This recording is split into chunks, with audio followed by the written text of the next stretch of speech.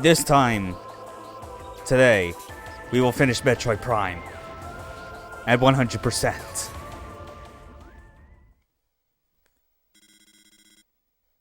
We really are quite close. Though even as far as like how close it is, it's still probably going to take us a couple more hours to see through to the end.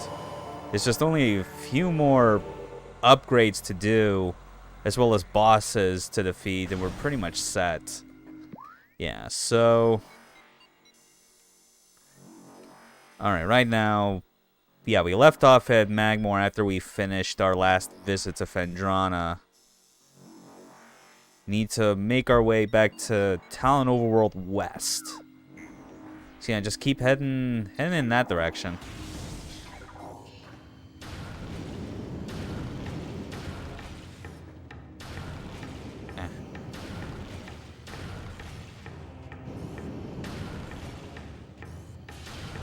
Hitbox on trying to like freeze these flame jets is definitely on the finicky side.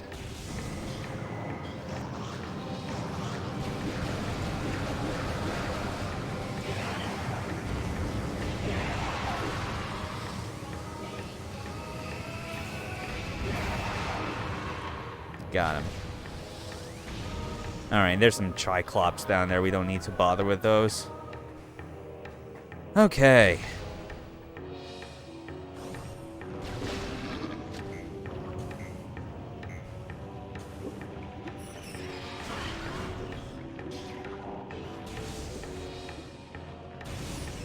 Come on, open. Thank you.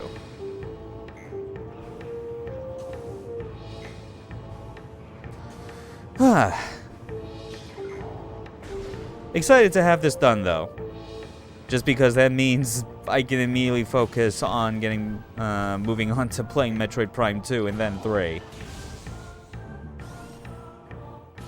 Especially in the case of 2, I always, like, even with the gripes I've gone on about, I still value playing it again and again, just to see, because every time I do feel like my perspectives and feelings on some things do occasionally change, or at the very least give me space to kind of like remind myself of things that like in the moment I think are pretty cool, but I might not easily remember them after the fact.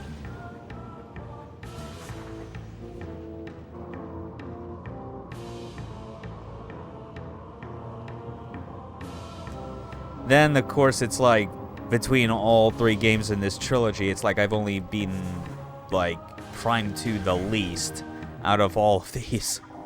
Whereas I have completed Prime 1 I don't even know how many times.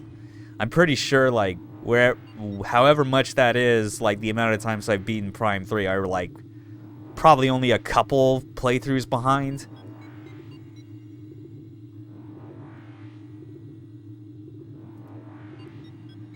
Because it's just like I never owned a physical copy of Prime 2 whatsoever. In fact, the only times I'd ever actually beaten Prime 2, now that I think about it, were all on the Trilogy collection. Which one of the main difference I always knew that people brought up was how the tuning on some of the boss fights. You know, mainly like some of the Guardians for like your Morph Ball abilities, you know, Boost Ball and Spider Ball. They always like noted how in the GameCube version they were tuned to be like way harder than they should have been. I think it was only like if you played it on hyper mode that it brought back the difficulty that they originally had on GameCube. So I want to say that I'm at least like have passing familiarity about how that worked out. Okay, Root Cave. I need to...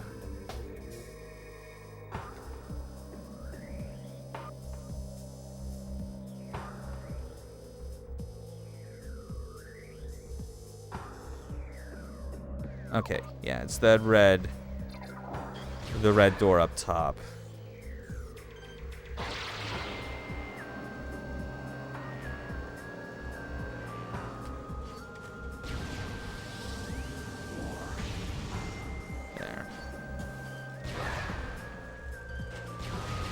So yeah, it'll be, yeah, I guess like once we get to Prime 2, it'll be like, because I have the means to play the GameCube original, even if I don't physically own the disc, then that will be an interesting experience to kind of see how that plays out for me. I probably should, one of these days, just try and find, like, as cheap as possible, like a copy of the GameCube original of Prime 2. Because I already own a physical copy of one. Oh, god damn it. No. Kidding me. That jump's a bit tricky, I always felt. And it's like, yeah, I own a physical copy of, like, Prime 1 on GameCube, which really only happened, like, a few years ago. The only times I'd, like, played Metroid Prime 1 a lot was just whenever I could, like, rent it, was the thing. Prime 3, weirdly enough, was like the first of the like the Metroid Prime games that I actually owned, because I got it like at launch. Like I was basically kind of old enough around the time when the Wii came out that I was like, yeah, I have money saved up from allowances or whatever that I can totally spend on these games that I'm excited for.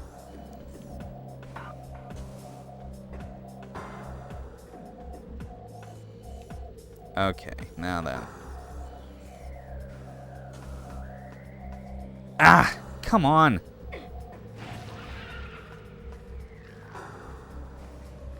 That is the worst jump. I should note, I actually did like I think it was like a practice run of just like the following couple areas.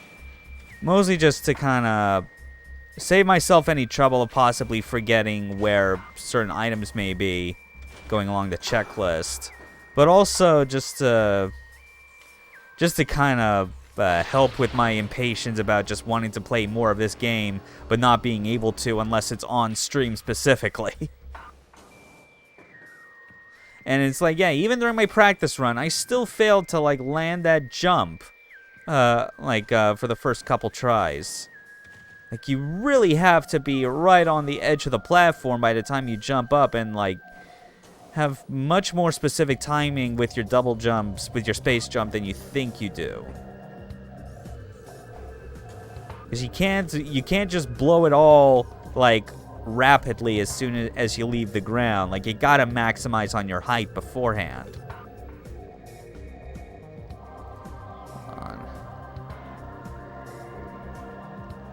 Okay, now I was just double checking things on my PC, making sure that everything was still running.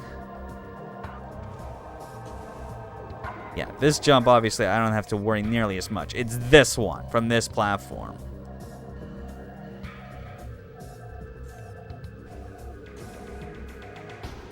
Are you kidding? Oh, fuck you.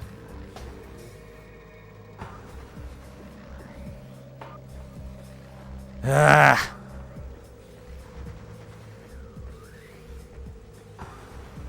Okay, now this has made more failed attempts on the actual stream than it was even during my practice run. What the fuck?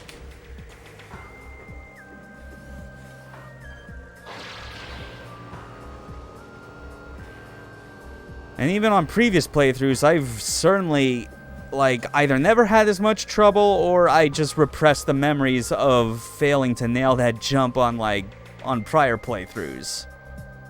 Could be either or. Still fucking sucks, though.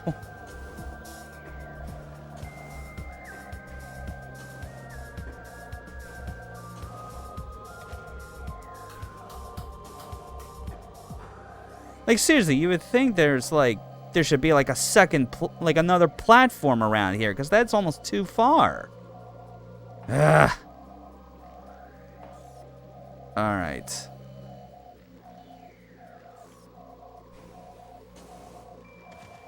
Oh my god, finally!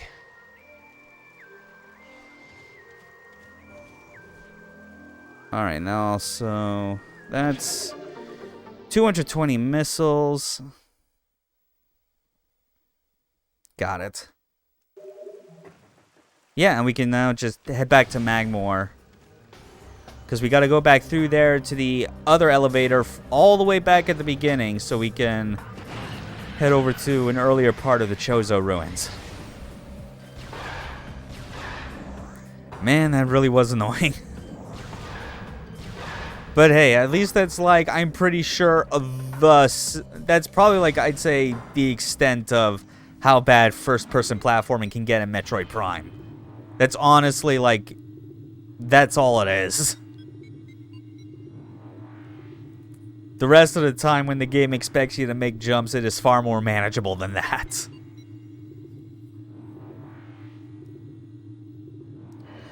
Okay.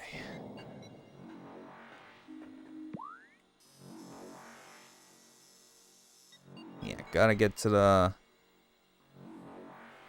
Get en route to the monitoring station.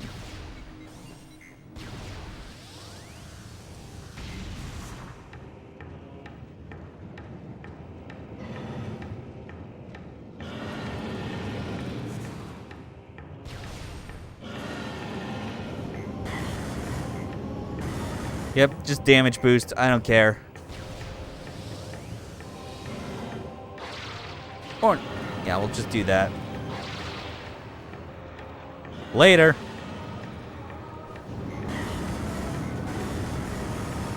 Ah. It's fine.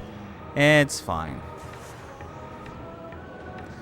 Hey, remember this tunnel? Remember that cool thing you always were like told to do in Super Metroid with that underwater tunnel in Meridia? Yeah, we'll just do this again. Why not? And hey, we get a new charge combo, which is a pretty alright one.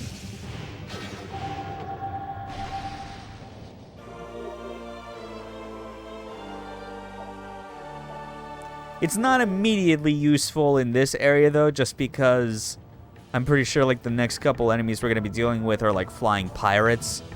And Ice Beam is generally, like, as powerful as it is, the slow projectile speed just is not ideal for dealing with them, so we'll keep sticking with Plasma.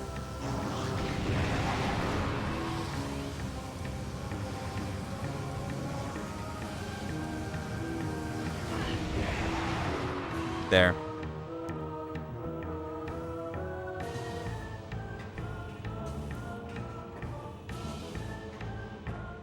Come on. Yeah, I'm just having all manner of screw-ups here with first-person platforming in a game that generally does it a whole lot better than its contemporaries at the time.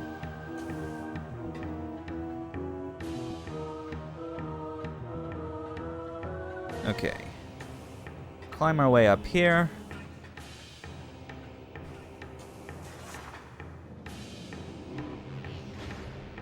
Raise this bridge.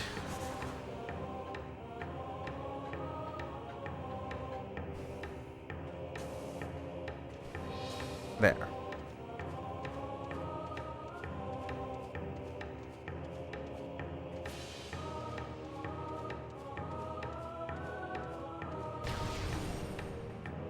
Okay.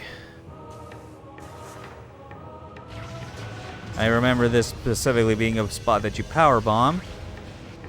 Because right down here gets you another power bomb expansion, which is actually the final one of the game, which means we can only carry a whopping 8. Oh wait, no, that's not the tunnel I need to get in.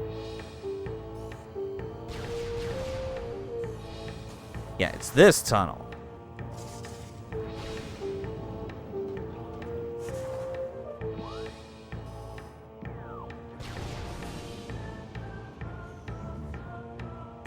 Now then, next up. What the hell's going on with my network?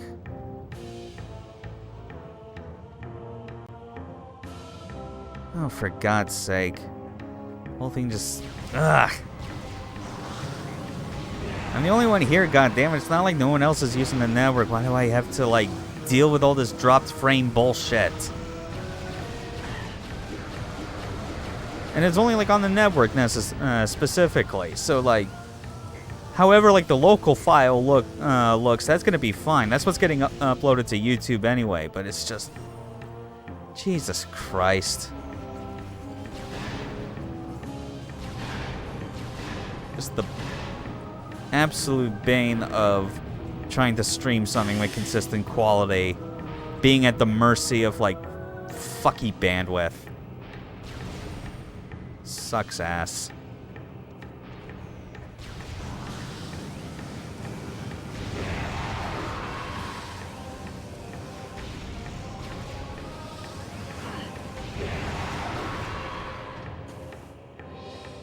There. Okay, where was I? Yeah. Alright, so Triclops Pit. Yeah, there's a missile expansion here, one that requires heavy use of the X-ray visor. Because we got invisible platforms around here.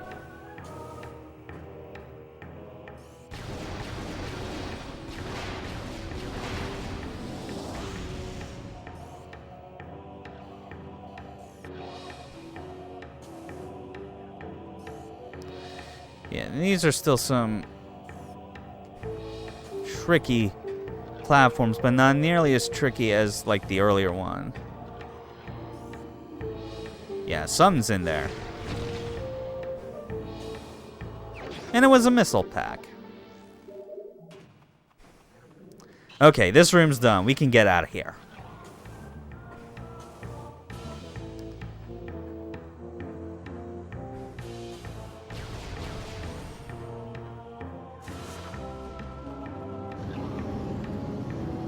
Oh, come on. Oh, wait, hold on. I actually broke out of that, I think, just by using the boost ball. Wait, is that like a... Is that like a means of dealing with the Triclops I never knew existed? What the hell? Alright, Lava Lake. There should be something around here. An artifact.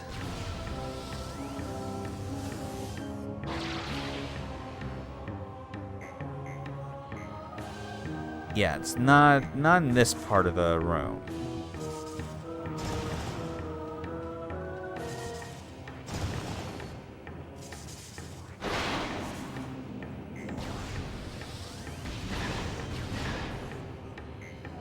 Yeah.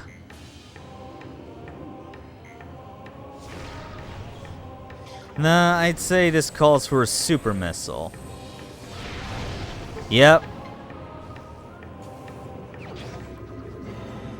Got it.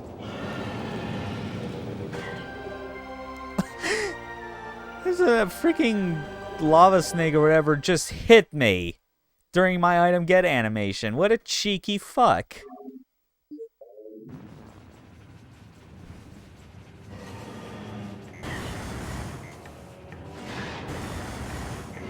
Oh my god, fuck you. I'm out.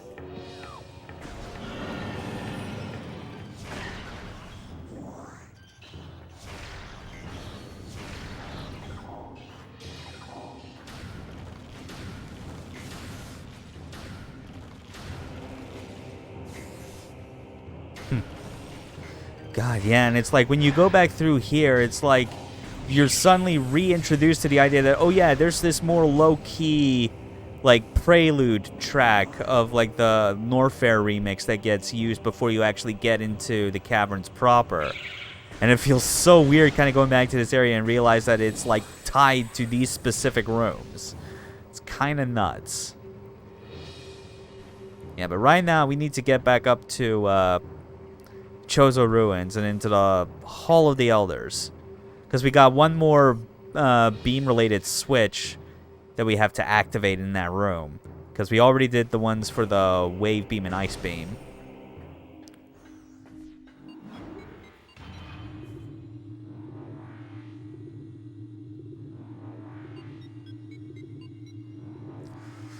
Okay. And then once that's done, we can actually go straight back into Faison Mindset. Just why the fuck is my internet? I keep seeing the fucking bitrate fluctuating so wildly. And I have nothing else going on that, like, should be interfering with that. Like, what the fucking hell? Ugh. God damn, I hate this shit sometimes.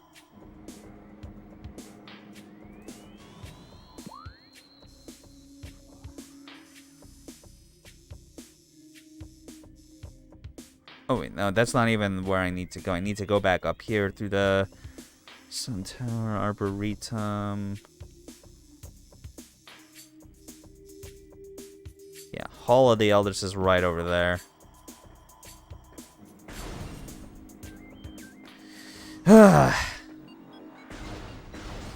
God. And there's still all the more reason why I guess I should be glad that I have... Oh, come on.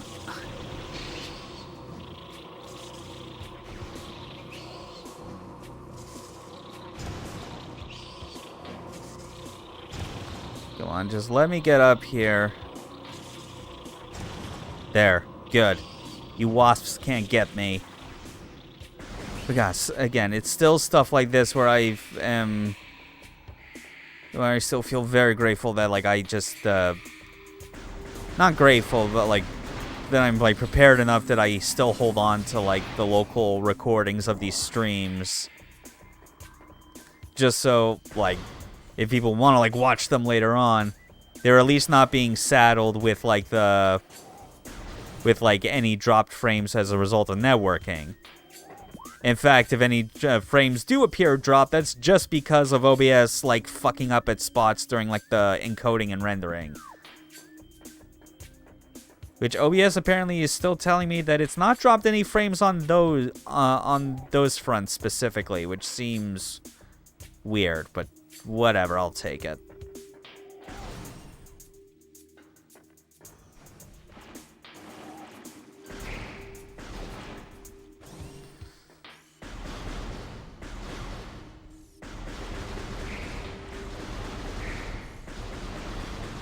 Okay.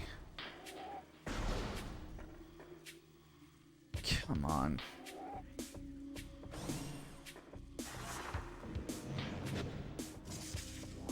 There. Open up. Oh god, more of these.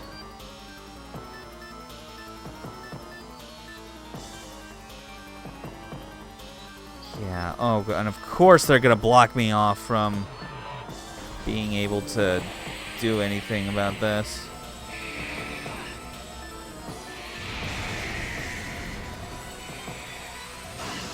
Ah!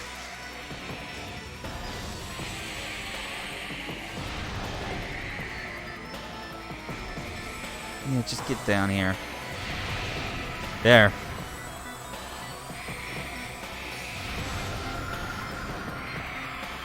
How many more? Is that it? Just two? No. There. Alright, fine. Just one more for you.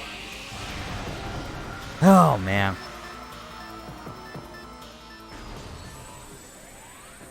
Chozo ghosts. Not even fucking once.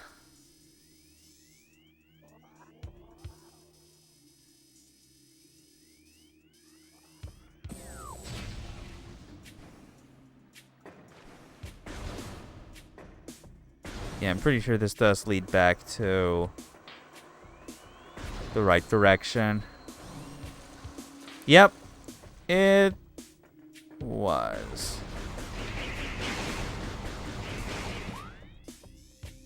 Or in the, hold on, wait, that's, yeah, that's right, because the way forward is up top. Just kill those shriek bats before they even procced. I'm kind of surprised they didn't go active at that point.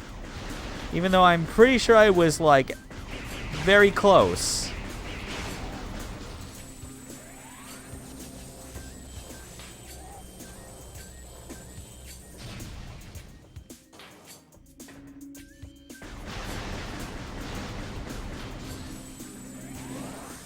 Alright. Well, that was smooth. Cool.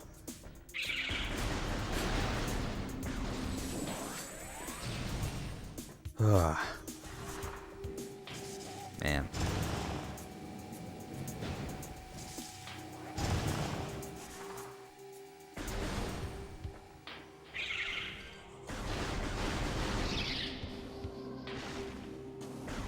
There we go. This leads us right to the furnace. Approximately.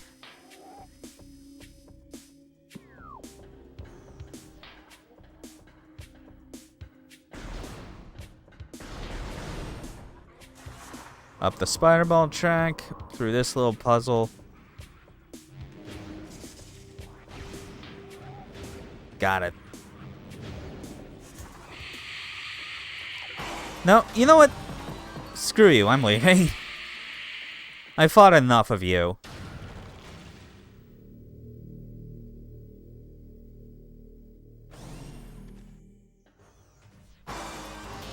Okay, fine, I'll fight you just because I have to do stuff in here. Assholes.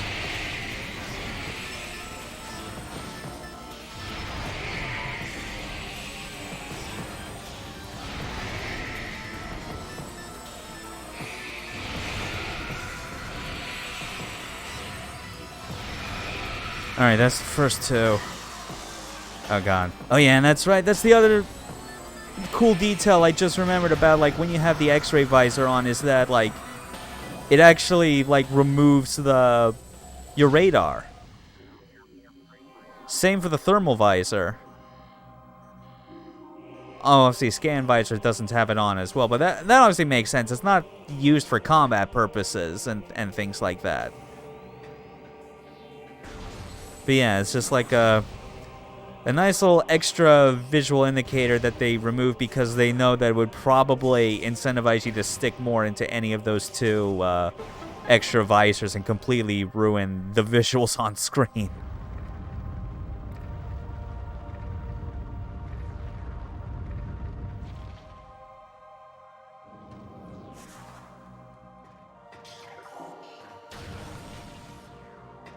There we go. Another artifact. Another one.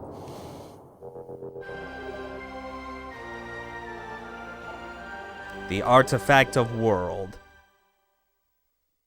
Look at that. Already, we're like 3/4 of the way done with the artifact hunt. Yeah, isn't it nice when you do this as like part of like a like going along the main path or whatever it is, or like doing smart backtracking? It makes the idea of this as like an obnoxious endgame fetch quest not seem so obnoxious. Because guess what?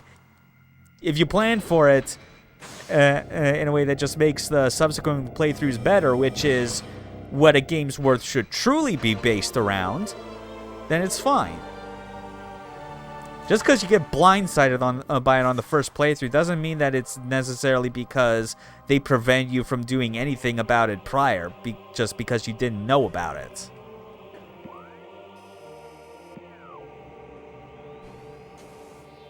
It's not like how it is with, say, like Prime 2, where they have a whole lot of like triggers in place that prevent you from even getting those Sky Temple keys or whatever they are, in order to go face the final boss, because it's like stuff that is extra contingent on you having a specific visor Just, you know, like specifically the dark visor, and then on top of that, you need to have gotten the light suit, which at that point, by the time you get that, that's like, I'm pretty sure more than halfway done with the game by then.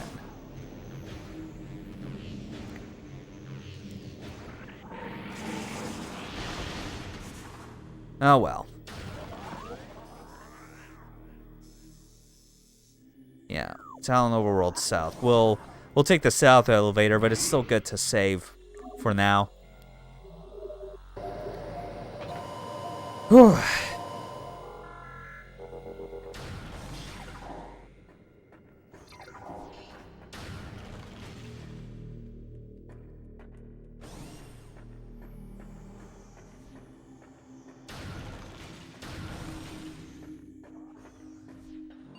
Yeah, we're so close. Yeah, it's just now all this is just using, you know, going back to Talon Overworld just to be in transit back to Faison Mines, where the bulk of our remaining key items are at.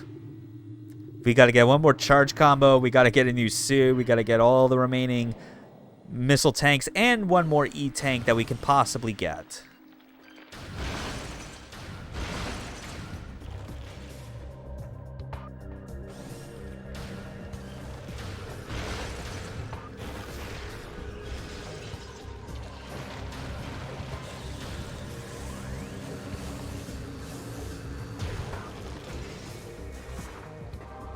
Okay. Up this little spiral pillar again.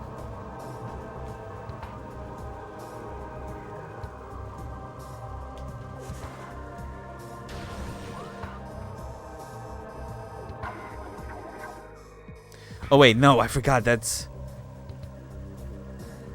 downward.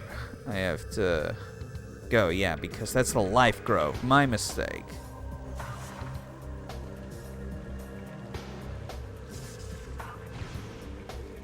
No, that's an invisible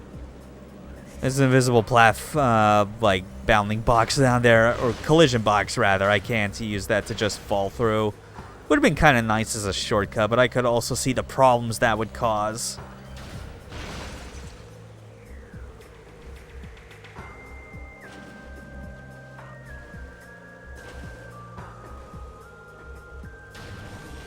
There we go.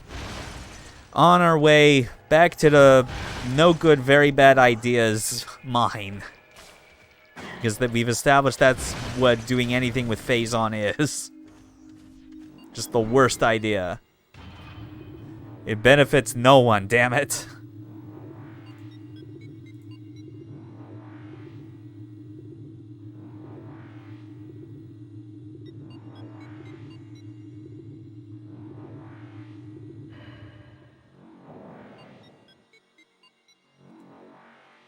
Yeah.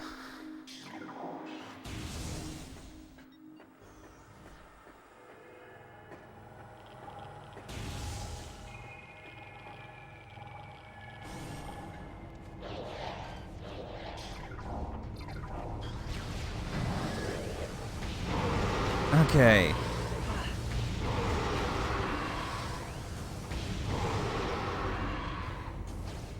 There we go. Is that all?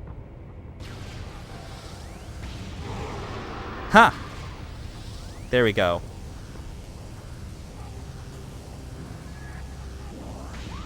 Now then, which one?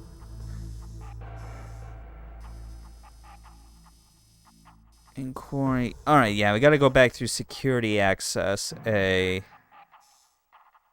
And in the mine security station, that'll lead us to our final charge combo. Which is very powerful, yet balanced out only by how absolutely pitiful its range is.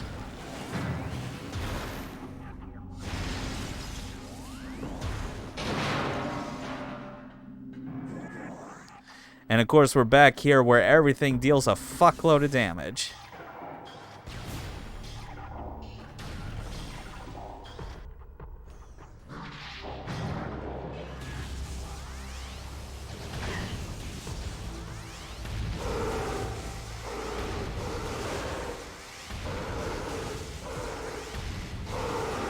There.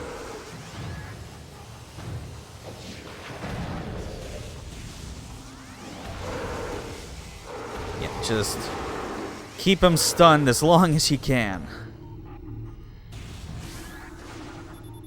Force field active, access prohibited. Right, so we're gonna have to find the spot that lets us unlock that force field. Oh my god, yeah, this... Just with all the wave beam effects that you have going on to try and deal with this, it really does impact the frame rate and game speed. Which is kind of a shame considering how generally on top of things the rest of the game is as far as, like, keeping it locked to 60.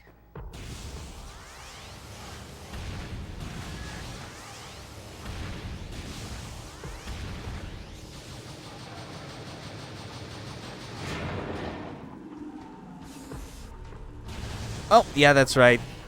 We also got ice dudes here. But no problem, they're easier to deal with. A full charge shot with the ice beam and then a missile.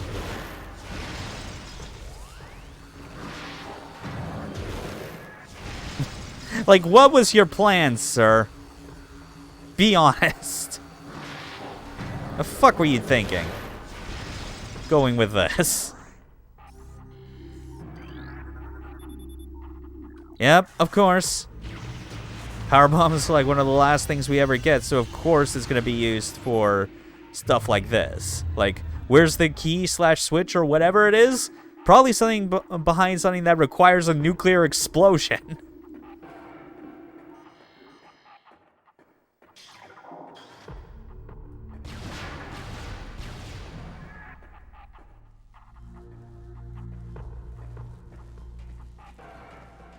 Okay. There we go. Door's open now. And Flamethrower.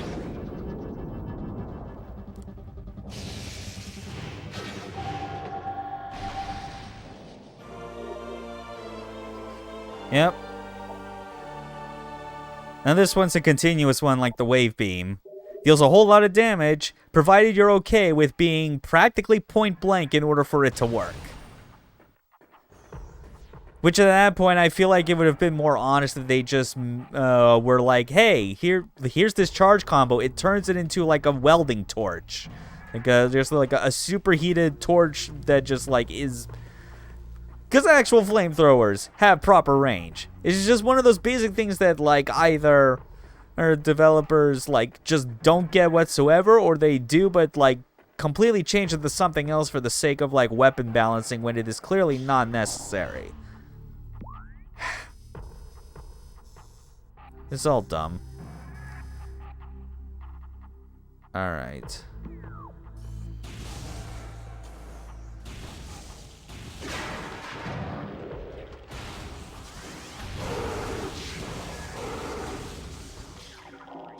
You know, might as well.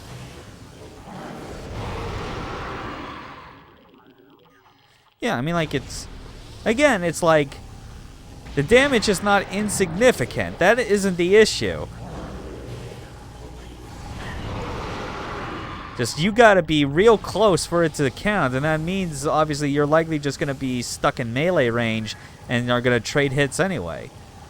It's not like how it is with the Wave Buster, where you can just hang back as much as you want and keep dodging everything. The beam will just track whatever is, like, in your general viewing direction.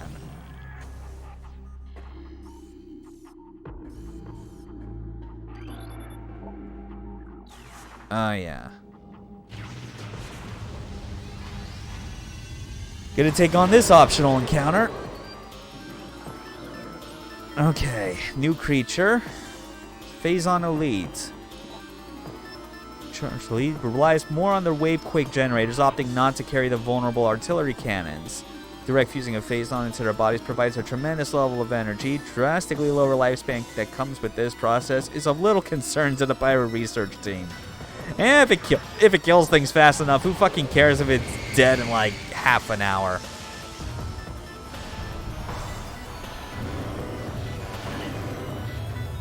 Oh yeah, and obviously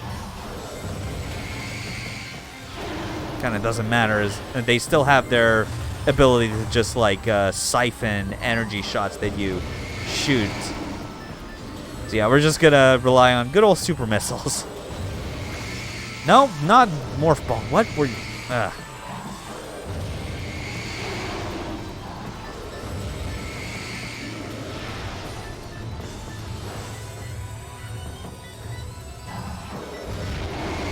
There we go.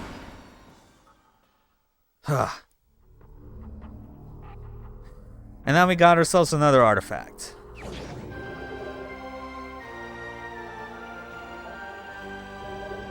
The 6th. Only 2 more. Cool. Now where else do we need to go again?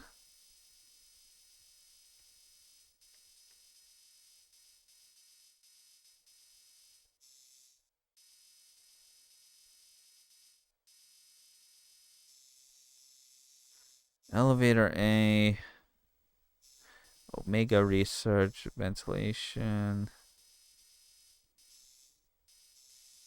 No, not there. Yeah, Central Dynamo. That's where we need to go next. So we gotta get to the elevator that leads downward.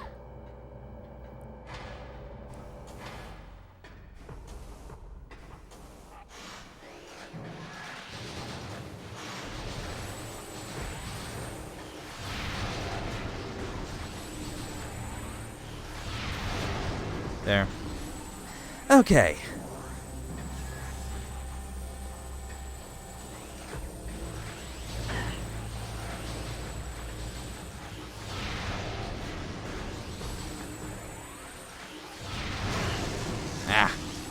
There. Fine.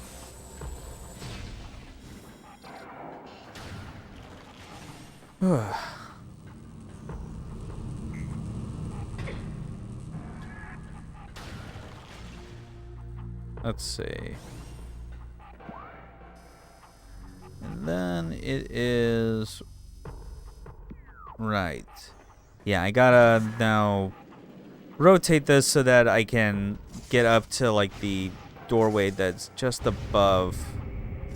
Or wait, no, maybe that was already in place where it needed to. God, yeah, it actually was. Shit, I'm an idiot. Right. I actually don't know if that's a result of it resetting or if the game's actually keeping track of which configuration I leave it in. It has to be the latter. There'd be no point of resetting it unless they were like using like an autosave system that kind of like keep your general progress.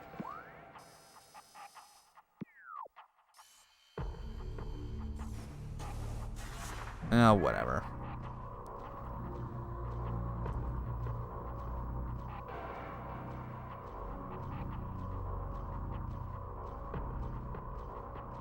Yeah, it has to be keeping track of it. That's gotta be it.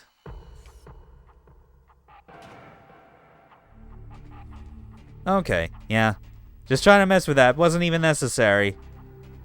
I mean, good on them, honestly. It'd be kind of annoying having to deal with like these puzzles multiple times, like during the part of the game where you're needing to backtrack all the time, you know? It's fine. I can damage boost all I want. I only need one more E-tank and I'm literally at max health. And we'll be over there soon enough. Later today.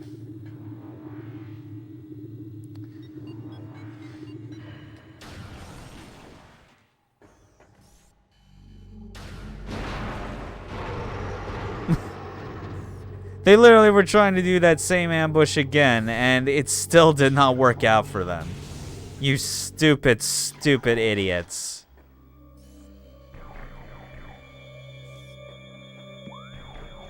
Alright, we're in elite control now.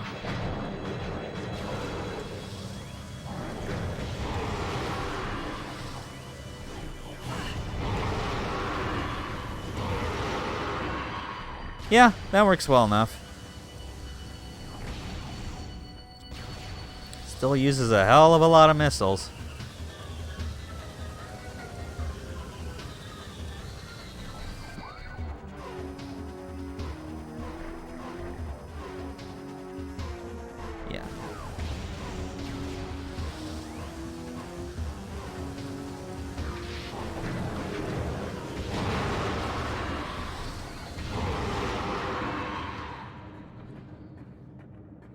God, I love this weapon so much.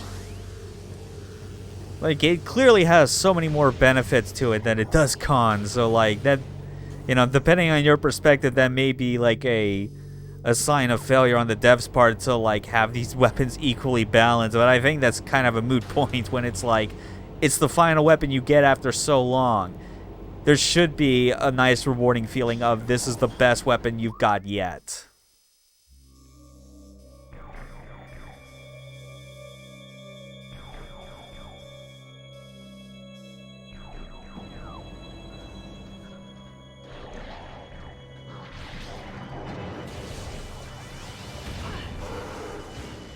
No, you know, we're just gonna... Yeah. Let's go through here.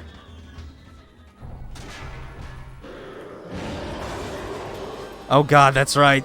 More of these.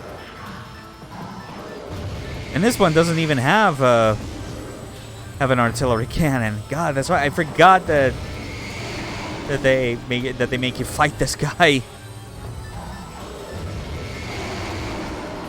He's still weak, obviously. Like, even more than the Faison infused one. Like, that took a whole lot of super missiles when we did that.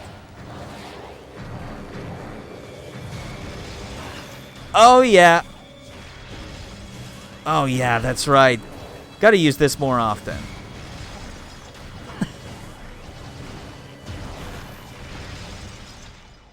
Oh, man. Yeah, Ice Spreader's real good when you got, like, grounded targets and have them bunched together, you know? Or at least, like, small airborne targets that aren't, like, as flighty like the airborne pirates.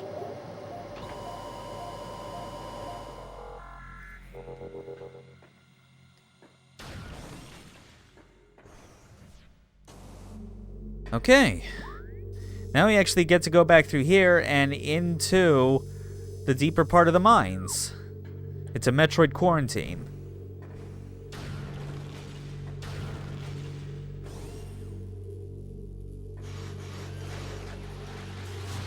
First gotta do this again, though.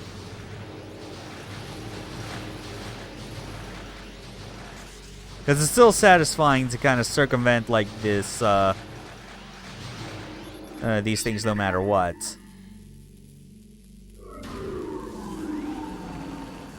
Yeah, what the hell.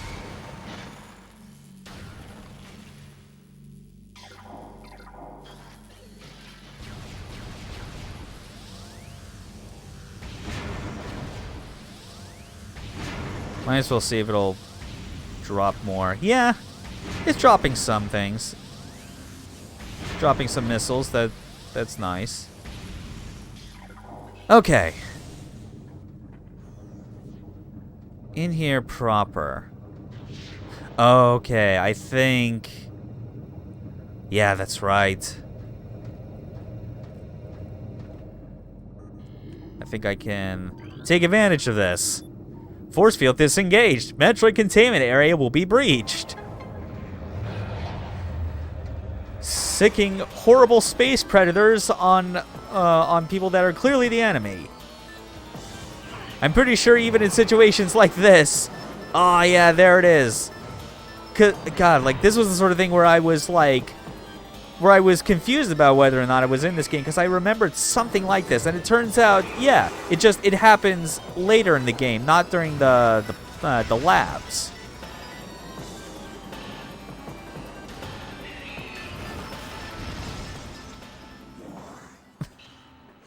Yeah. Don't worry, these were all space pirates, so you can't claim that Samus is a war criminal for doing something so absolutely inhumane and cruel as sicking Metroids on her enemies.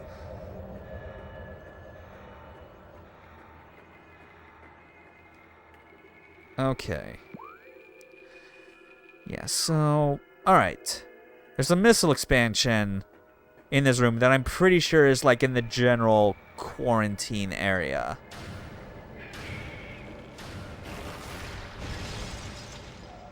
Yep. Of course. Nope, nope. Can't go up that way. Right. Gotta jump down from here.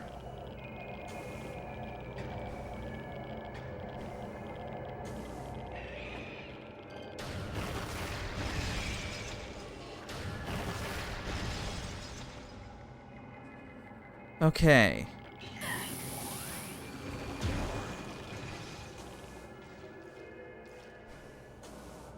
Now then.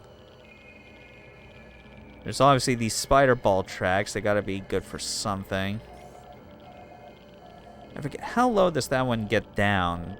No, it's not low enough for me to jump.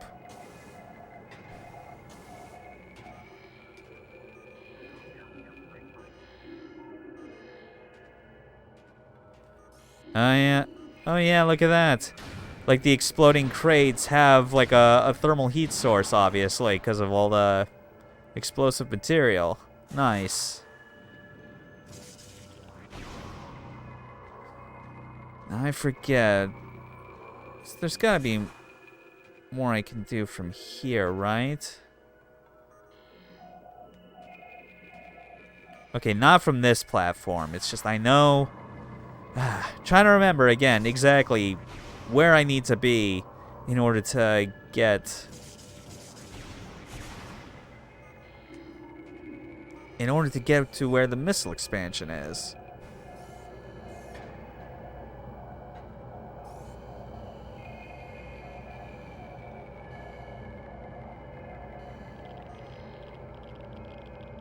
Right, because there's that platform.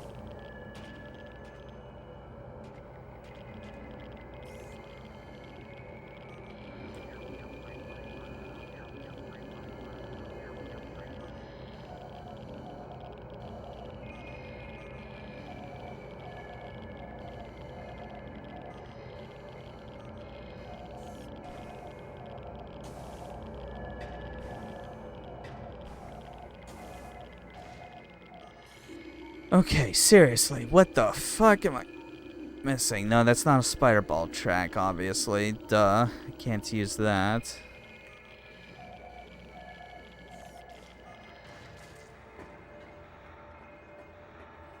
I'll double check around here.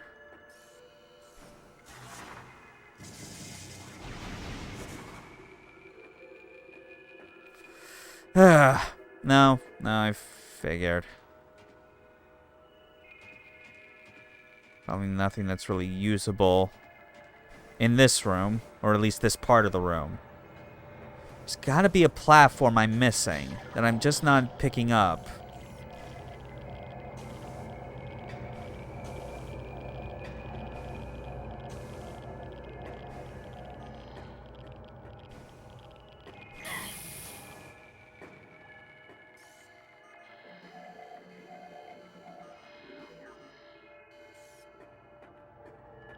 God damn it, I am not leaving this room until I find this fucking missile expansion.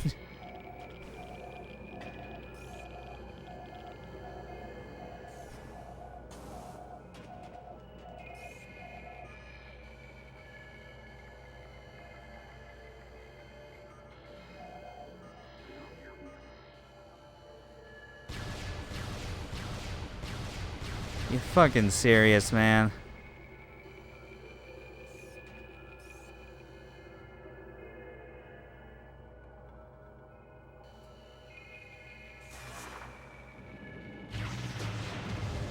Oh god, I'm an idiot. Fuck, that's right. It's like, I couldn't see. Maybe I just wasn't paying attention with the... Okay, yeah, I'm an idiot, yeah. I wasn't paying attention, even with the X-ray visor, to look at the direction of this wall and realize that it was fake. Because I even tried bringing up the scan visor. It didn't give a scan prompt, which, you know, that makes sense. They don't want you to, like, have that as your hint that you need to power bomb. They want to give you more reason to use the X-ray visor and see the fake walls, or at least the walls that can be destroyed to get to the opposite place. There we go, finally. This room is done. We can head on over to the next elevator.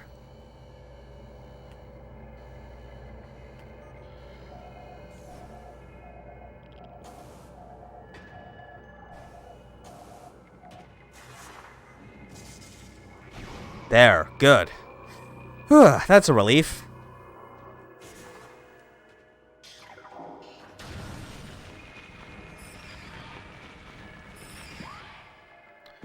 Elevator access.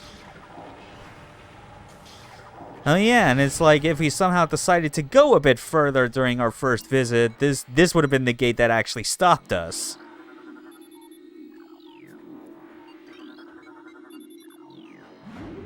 Ah yes, and another shot of the impact crater from this angle.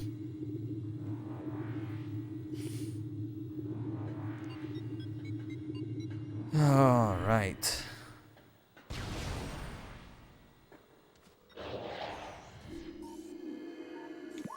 Alright, the Fungal Hall access.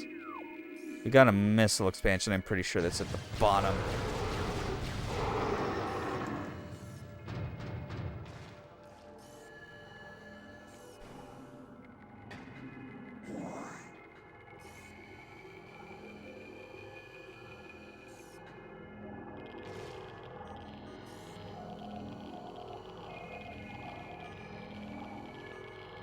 Yeah, I can hear that low hum. Yep, we gotta take damage in order to get it. Oh, shit. Come on. Get out now.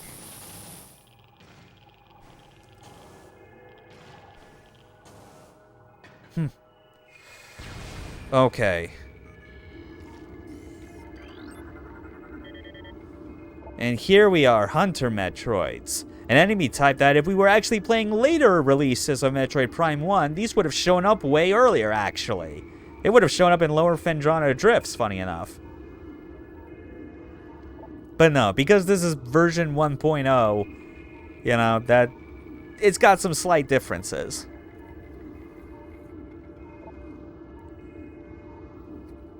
Okay, yeah. And of course, yeah, they're still Metroids, so Ice Beam with impunity.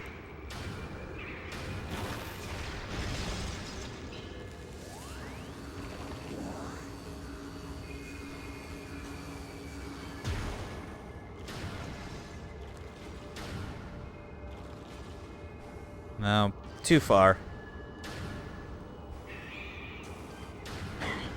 Oh, come on, you fucker. There.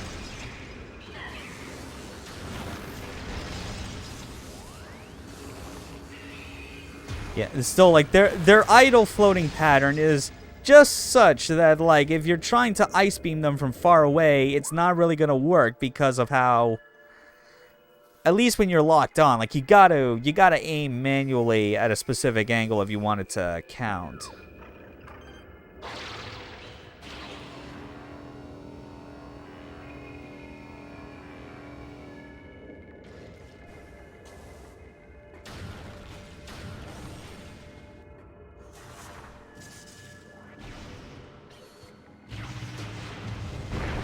Yep, more power bomb. Ah, yeah, this room. This little mining tunnel.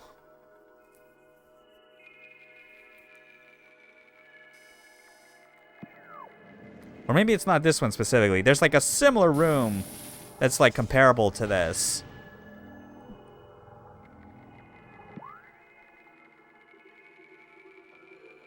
No, oh, yeah, no, actually, yeah, there is something else important here. It's just there's another one I'm thinking of where it's like, I guess I'm confusing this with the one where you get the final energy tank. This has like the, later on, once you're able to withstand all this Faison, you can go in and get the artifact that it has.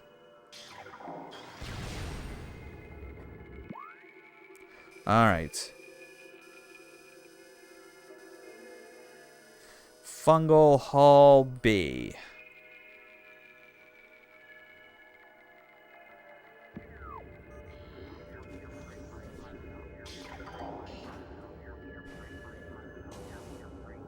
Yeah, we basically need this for the sake of night vision.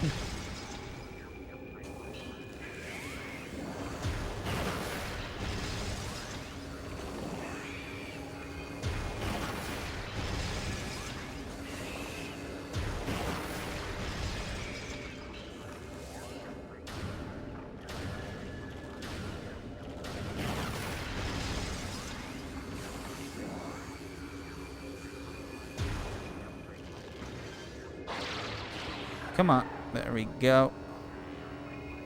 Now we need to get over here because I believe this is the second missile station of the entire game. Why there are so few? I still have no idea.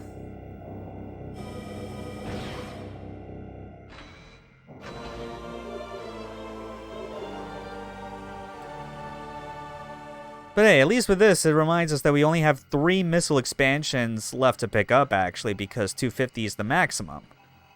Where the hell's the...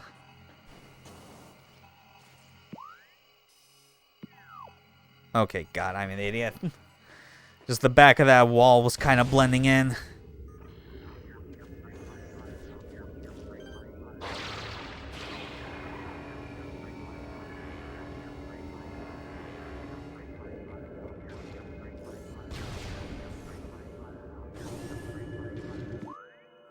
Okay.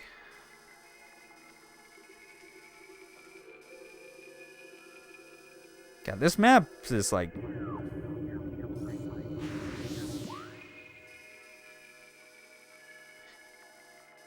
for whatever reason, it's hard to like adjust the map once you get here to like kind of give you a sort of top angled view. It always seems to start from either like straight on or like around the bottom. It makes it very difficult to angle it back up.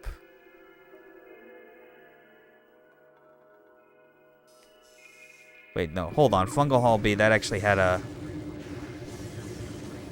missile expansion somewhere.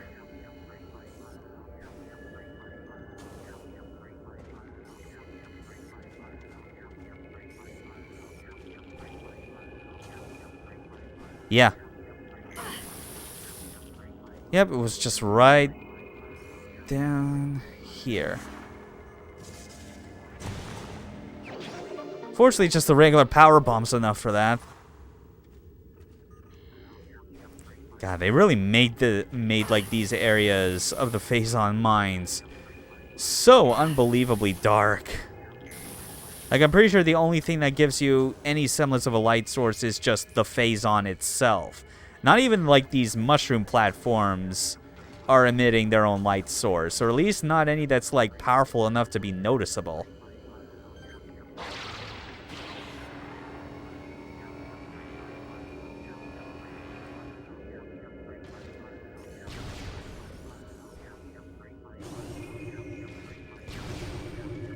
Okay, so...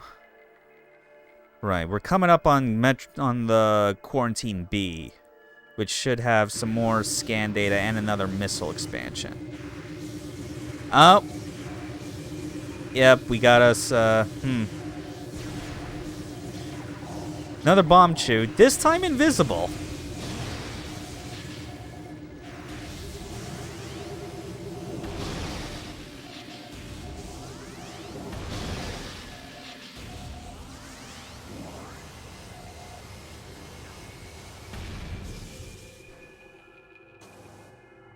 Hey, Arian.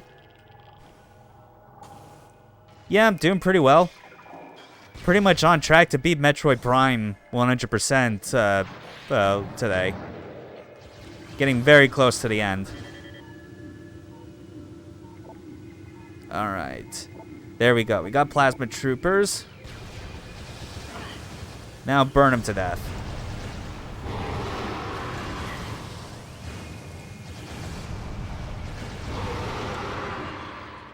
God, it really does still feel unsatisfying trying to flamethrower them because of how close you need to be and the damage trade-off just not always feeling like it's worth it.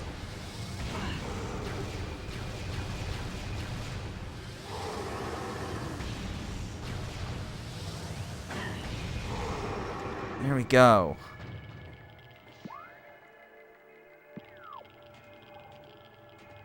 You doing fine as well, Arian? Just, I guess, just kind of checking in on my end as well.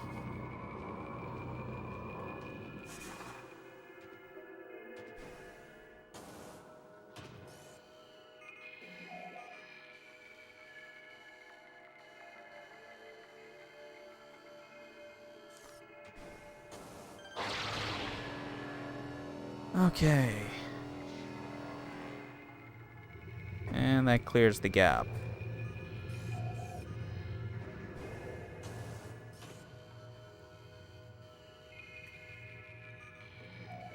I don't think there's anything else really to get in here. The other missile expansion, I'm pretty sure, might actually be inside the lab areas. Ah, it's a wave trooper.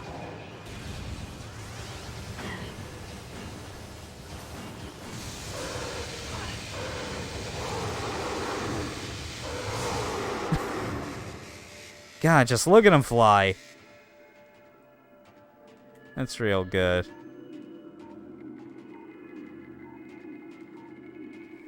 Okay, there should be some pirate lore around here as well. Where can I scan it? Come on. There it is! Continue to observe the development of Project Helix's elite pirates. It becomes increasingly obvious that these warriors will usher in a new era of space pirate dominance. Yeah, that's speaking a bit too soon there, pal.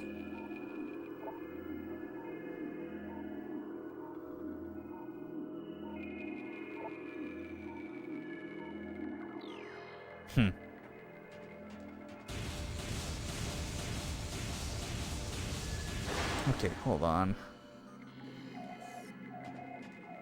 Now, obviously... Ah, yeah. There.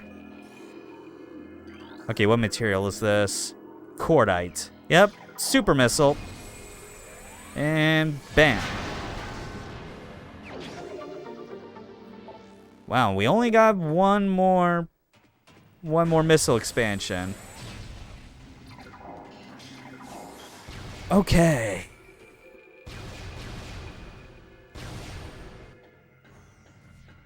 There we go.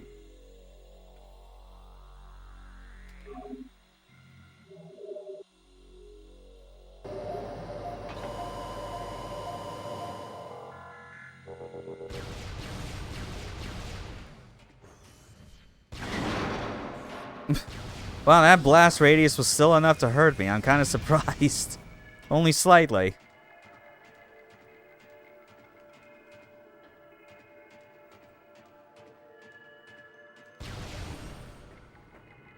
Okay. Elite quarters access. Yep. Alright. Coming up on another big boss fight. Kind of a plain one, but hey, at least it gets us our final suit. Which is kind of a cool looking suit, especially if you're kind of into like what they were going for, considering this came out in like the year 2002, I think it was. So yeah, early 2000s.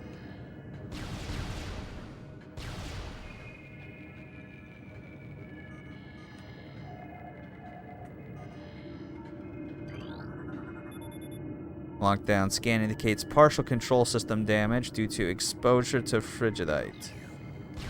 Yep. Basically, melt the ice. Duh.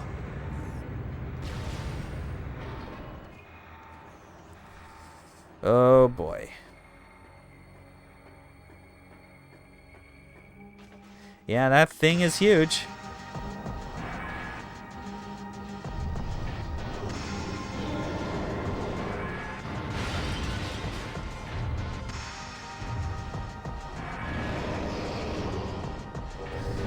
There we are, Omega Pirate. See what it has, just to remind me.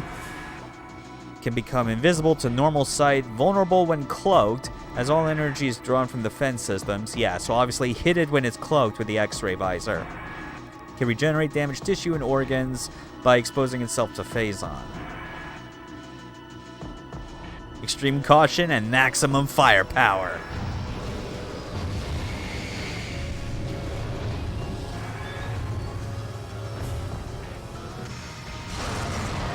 Yeah. Just gotta shoot the glowing Faison bits. They're like glowing red weak points, except blue.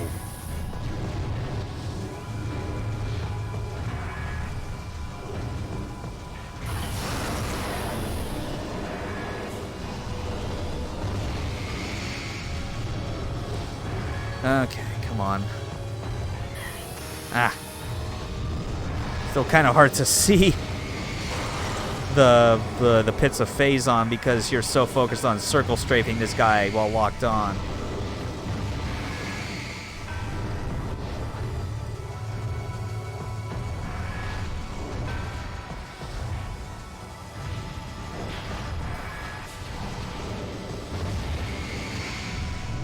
Ah, I'm not getting a good angle on his right shoulder. Oh my god. Seriously. Actually hit the bastard.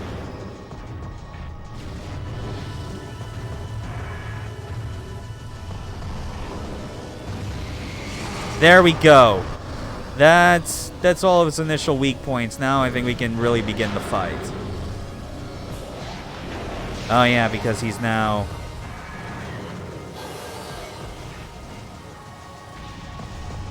Ah, fuck. Yeah, that's right. They do this.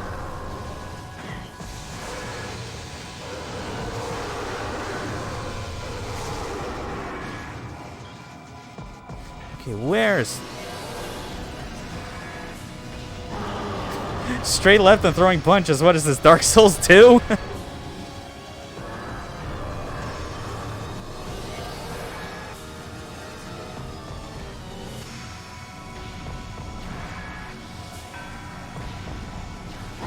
Okay.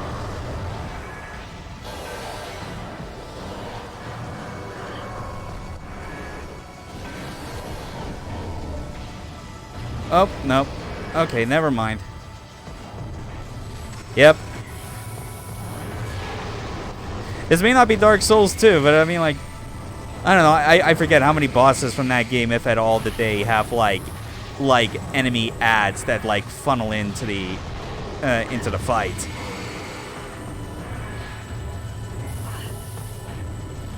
Oh yeah, that's right. I completely forgot. Like, he can just trample over his, like, support units. Too many? Fair enough. At least on New Game Plus. Right, yeah.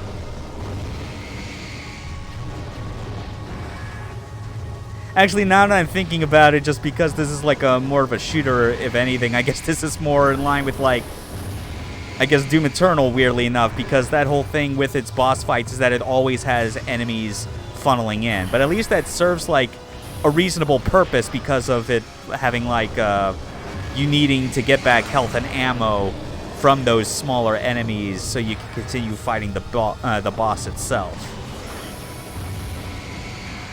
Like, how do we make bosses harder? We pump up their stats and simply add more enemies, which is just dumb. Yeah, even then, it's like very few can actually pull off adding challenge by, like, having additional enemies. Again, it's like Doom Eternal does that, and it's like, it makes sense with that game's entire MO. And then the only other franchise I can think of that has done it remotely decently is, like, Ninja Gaiden on the harder difficulties.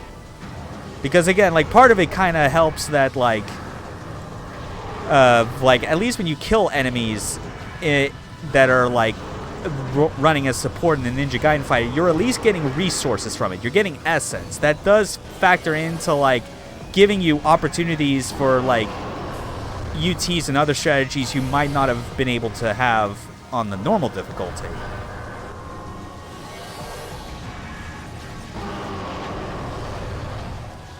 But otherwise, yeah, it's a very easy, cheap way to try to make bosses harder, and not in the way that is particularly fun.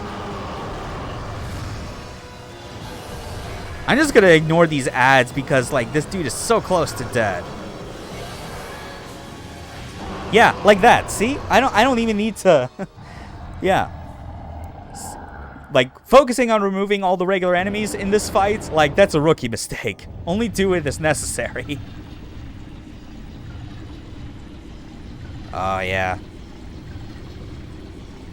Oh, but check this out.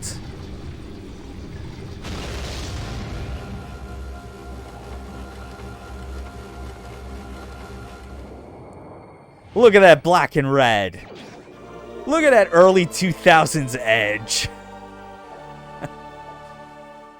I mean, between that and the fact that this, like, highly corruptible toxic substance is called Faison. It is like the most early 2000s pulpy sci-fi western like name for a concept you can call it. It's a working color scheme.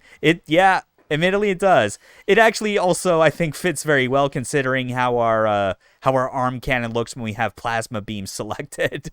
You know? It's emanating all that pulsing red. It's good. It's real good. Now then. 3/4 access. Now we just need to quickly backtrack. Because the best thing about this suit, we can literally stand in this stuff now and it no longer hurts us.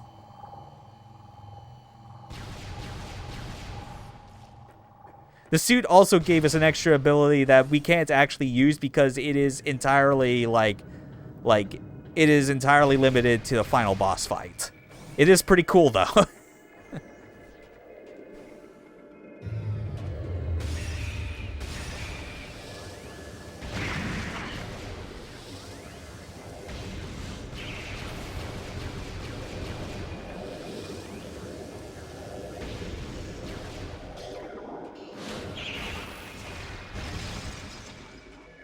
Okay. But yeah, I mean, just look at this now. We killed the Omega Pirate and like it just caused and got this suit, which now has caused a significant change in like this earlier area where now Metroids have broken free.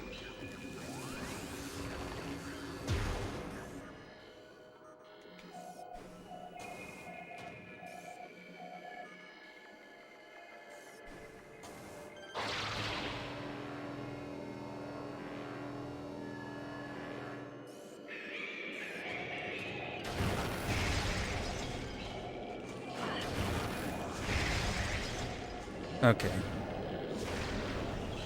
Come on. There we go. Yeah, that's all of them.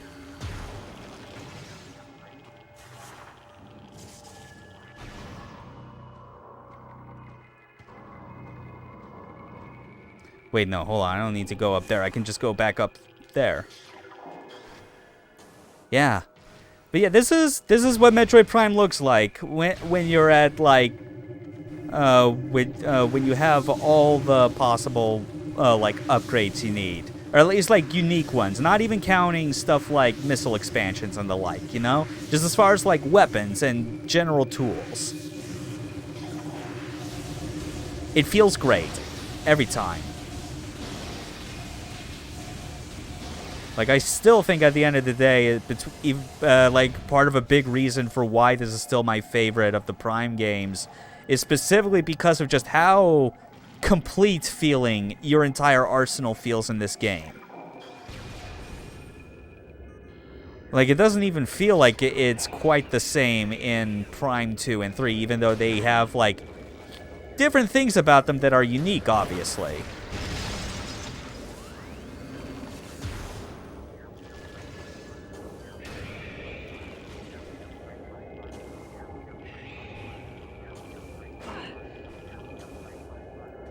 Okay, come on.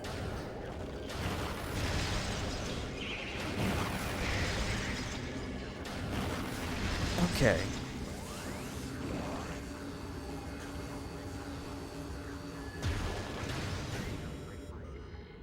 Oh, right. Thermal. Okay. Yeah, but now we're getting through here and we can, I think, pick up... Well, I actually got to double check and make sure. Like, what is the, Right, it's 2 more.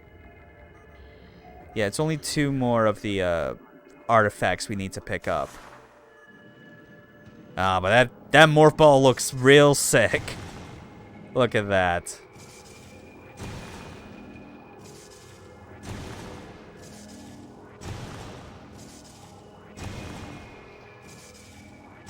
Yeah, and like look at all these rocks that are clearly here to impede your ability to actually get this artifact prior to getting the Faison suit. Because it'd be slowing you down so much, and the damage from Faison otherwise is, like, extremely rapid. There we go. Now we just have... As far as collectibles, we need one more missile tank, one more energy tank, and one more artifact, and we can go straight to the end of the game.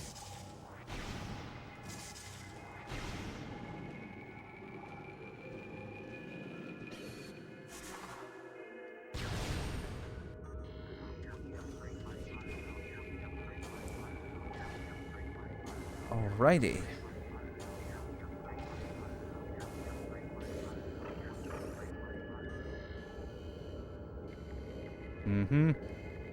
Just keep coming around. There we go.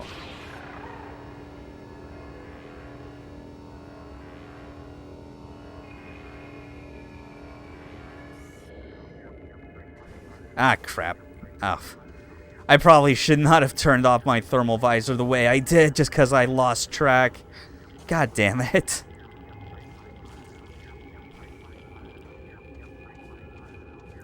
Kind of a pain trying to wait for those gliders to come around at just the right distance for you to use your grapple beam on. But by the same token, I'll gladly take these over trying to chain grapple jumps off of these enemies back in Super Metroid. Because that was a level of timing that, like, I feel like even the best of players are probably not as, like, consistent at. At the very least, they, god damn it, completely overshot. What the hell was I doing? But yeah, like, even in Super Metroid, I feel like people that are well acquainted with the game just generally avoid trying to, like, chain the grapple beam jumps together as much as they can. Because there's a lot of other cool and, like, more efficient and more practical movement tech you could do in that game than just relying solely on the grapple beam during moments it encourages it. Although I do kind of miss how, like, the way that the physics were in Super Metroid when it came to the grappling hook, because if you actually timed, like, your back and forth swings properly, you could get enough momentum that it would just cause you to, like, completely circle around. Oh, the grapple point. Do like a full 360 loop. And sometimes that could be helpful if you wanted to, like, use a grapple point to, like, with correct timing to shoot yourself straight up. It's actually, like, one of the very minor things that, like, I'll still give to Super Metroid over Dread. Because Dread has the grapple beam, but, like, its use cases are kind of unsurprisingly way more limited as far as stuff you can pull off with it. And almost similarly to how it is in Super Metroid, the best way to use the grapple beam is to avoid using it as much as humanly possible. It's kind of unfortunate, but whatever. Its biggest use, honestly, in Dread is, like, whenever it's, like, for opening specific doors that you have to yank open, or against, like, certain enemies or bosses where, like, they actually have something programmed in where you can, like, yank off a part of an enemy's, like, shield or something like that. That's cool. Basically, I think the real solution to making the grapple beam viable long-term in the Metroid series is to not treat it like it's where its primary use is a movement tool, and instead have it more integrated as, like, a combat tool. Because it's fun in the few times you get to use it like that in Dread. And then, of course, there's the matter of Prime 3, where, like, that becomes, like, a focal point. That is, like, one of the core pillars of the game's combat, you know?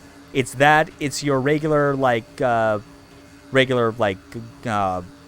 cannon attacks with the, How did I get stuck in here? What the hell?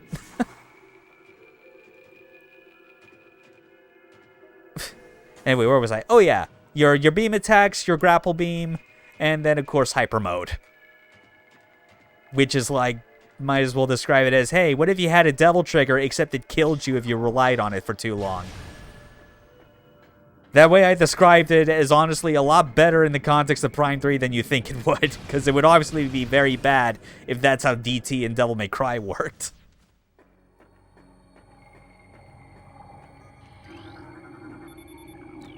Platform active. Good. And we can get on out of here.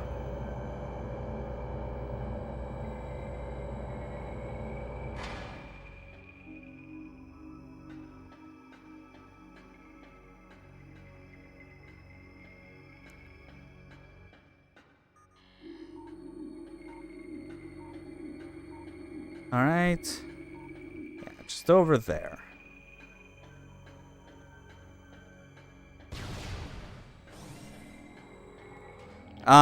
Yeah, that's right. God, I completely forgot.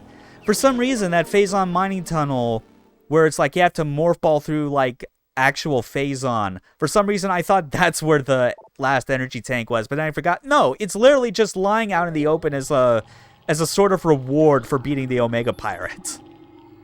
But yeah, that's full health. Now, obviously, the only thing left that we need as far as items go is one more missile expansion.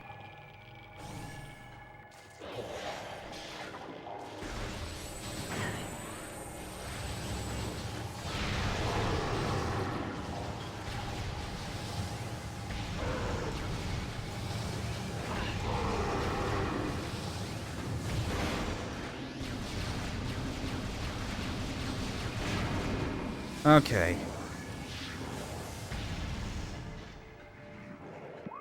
Yeah, Faison processing center.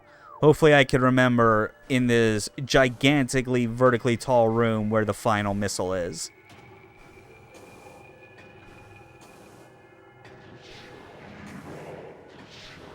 Though what I do like about this room is less so for like what you do in it, although it's like pretty involved and like very rewarding when you get through it, but it's also once you get to the end of this room and realize how it links back around to the rest of the mines, it makes you realize just how well designed this area is. For as much as it feels like a gauntlet, it manages to do a very good job of like making the way back, of giving you like an alternate way out that is fortunately not as long and arduous as it was trying to get back in.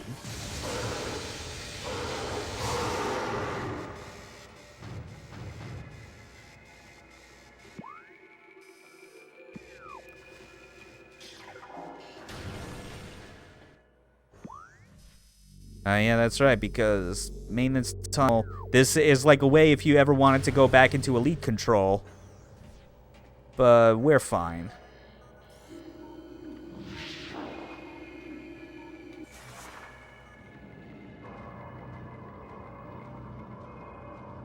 Okay. Oh, come on. Seriously? Where the fuck were you?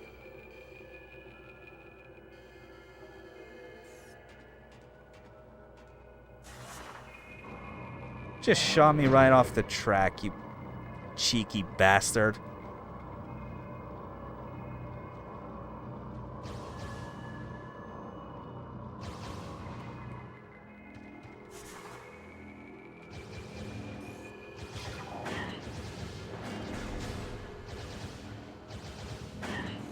Seriously? How the hell?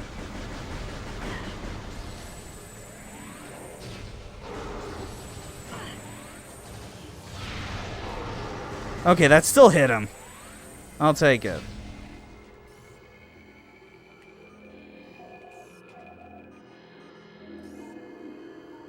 Yeah, but I can still hear the hum of a missile expansion around here somewhere.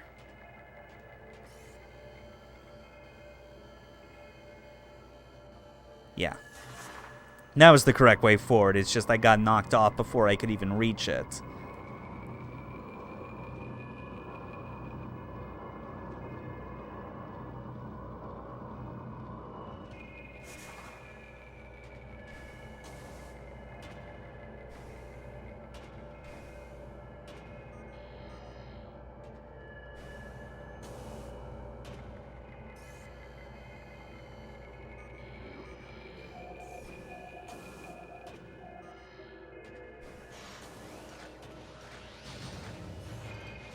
Okay.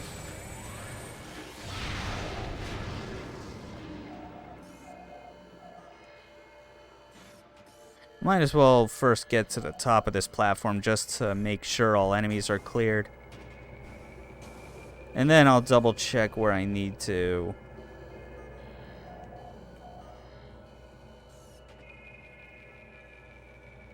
Okay, seriously.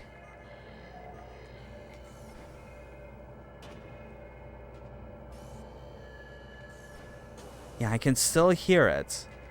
No, no! Oh, God. Oh, phew.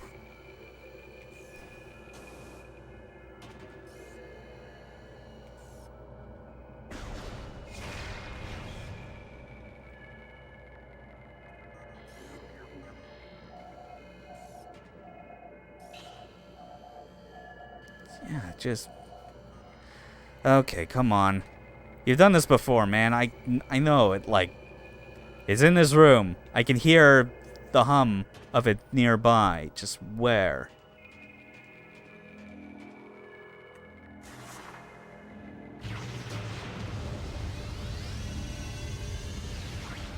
Okay, that's clearly not the solution. I know it's just on this side.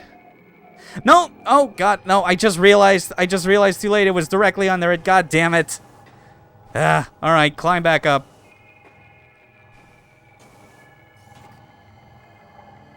You son of a bitch. You got me.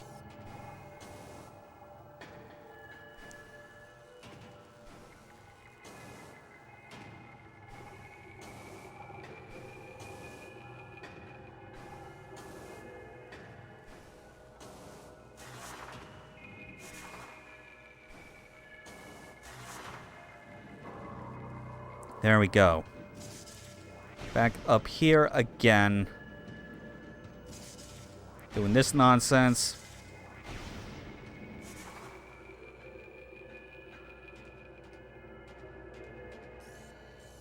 Right, yeah, because it's that platform.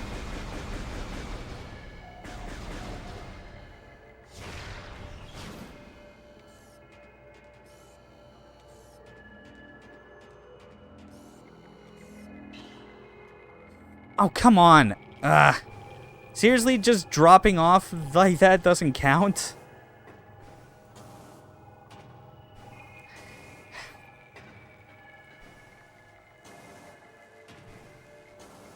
Again, it's just like, for whatever reason, like, this part of the stream, I'm just, like, of the playthrough, rather, I'm showing a bit more ineptitude on, like, on this game's first-person platforming. Even though I recall normally not having these kind of problems with it. Whatever. Streamer's luck, I guess. That always seems to be the excuse.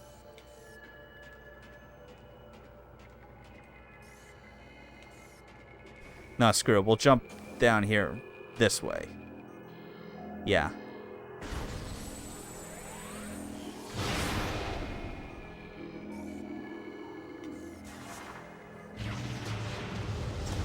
Yep. There we go! Alright. Finally. That is every upgrade item of the game.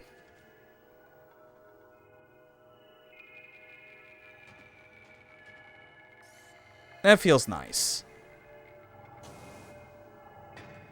All the missiles, all the E-tanks, all the power bombs, all but one artifact, which if I'm recalling correctly, it's actually at the final place we need to go as part of the story. It's where you would normally go if you wanted to, like, have the game tell you more explicitly about about doing the artifact hunt.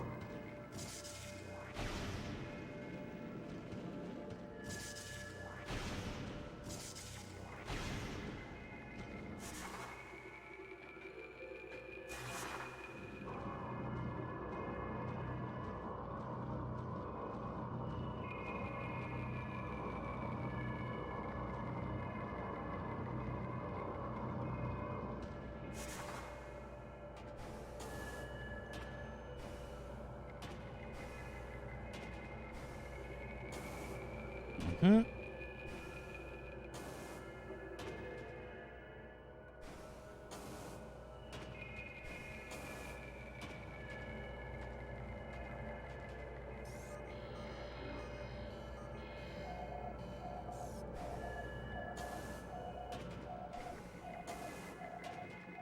Okay. Sometimes when the in-game lighting is just a tad too dark, in ways that feel unintended, it's still kind of a good idea to rely on these extra visors if it helps. Like X-ray, it has like the kind of nice benefit of making a lot of solid objects just stark white. So it's a lot easier to see regardless of like your brightness settings on your TV or in-game. Actually, I think in this case it might simply be just the just a matter with my TV. Which makes sense. You know, you got a lot of darker blacks and like higher like color contrast range on old CRTs than you do with most modern displays. OLED's notwithstanding, of course, but then again, it's like, how many people out there genuinely even have OLEDs, considering how fucking expensive they are?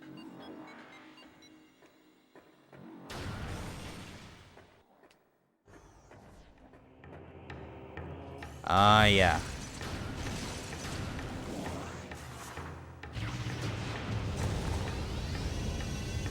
And here we go. Another, like, the final moment this game gives you of wowing you with, like, look at how cool, like, this loop back around is through the game is, you know? Like, it's the sort of thing where, like, you especially would not have thought to, like, once you got to this room, you would have had very little reason to actually go through that unless you had the power bombs and, like, kind of knew instinctually maybe to try it in there to get rid of the debris.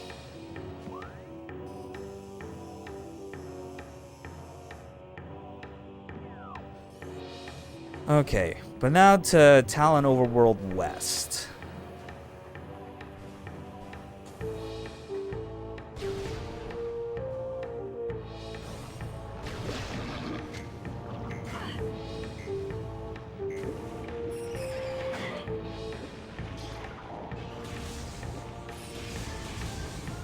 There we go.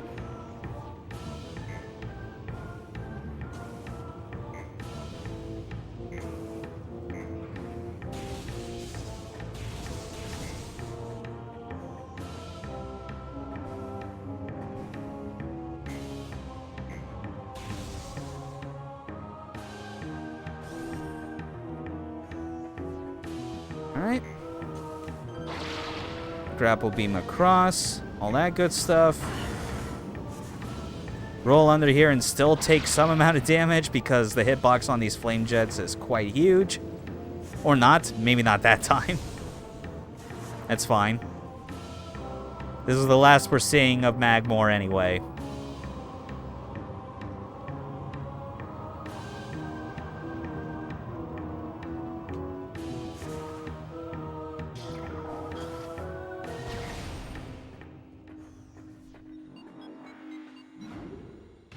Okay. Now then, we just got to return to our ship, make our way to the temple hall, which leads to the impact crater.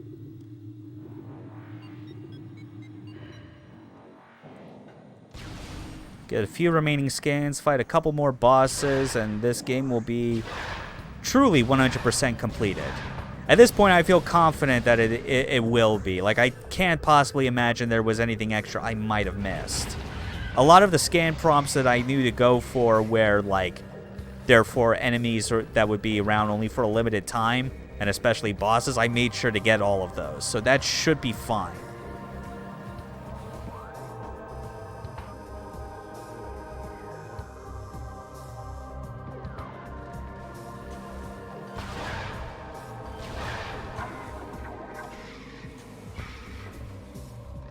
That said, if something does happen where it turns out, no, I did miss something, then I'm just going to have, like, a conniption. After being as thorough as I could be. And especially after kind of, like, making up for some early mistakes during, like, the first session where I was not 100% as focused as I could have been on keeping track of everything that I was scanning or needing to scan. But it should be fine.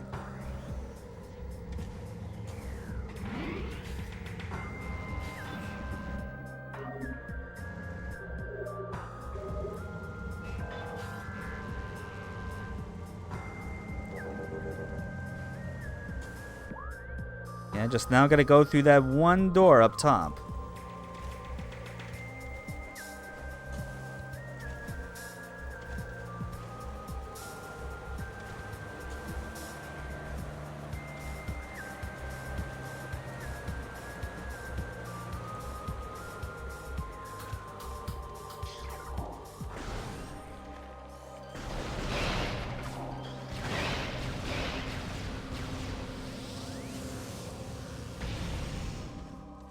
Okay.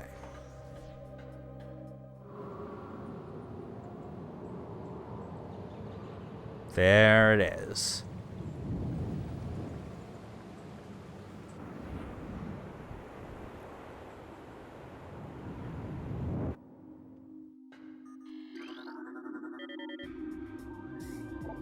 Alright, some more pirate data. Field team reports are in on an age structure of alien design built on the surface. Study shows the structure projects a containment field. Bars access to prime source of energy within a deep crater. Science team believes the field is powered by numerous strange Chozo artifacts. Found some of them, and studies on them have begun. Yeah, and obviously we got them all back. If this means the destruction of the Chozo artifacts, it will be done. Okay. I guess one extra thing I'll check with the logbook to make sure.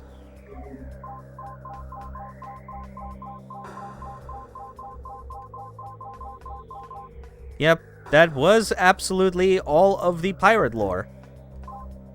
And then...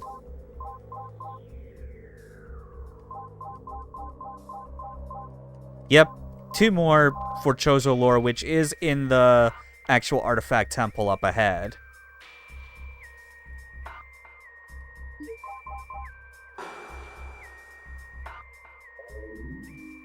Yeah.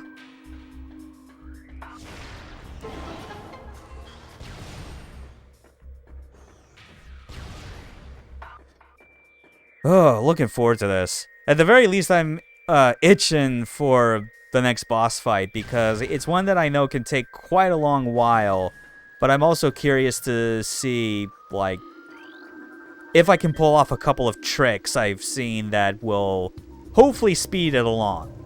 Because at least one of those tricks I'm pretty sure is, like, entirely doable because this is the 1.0 release of the game. You know, and it's not like any of the later reprints on GameCube or the trilogy re-release.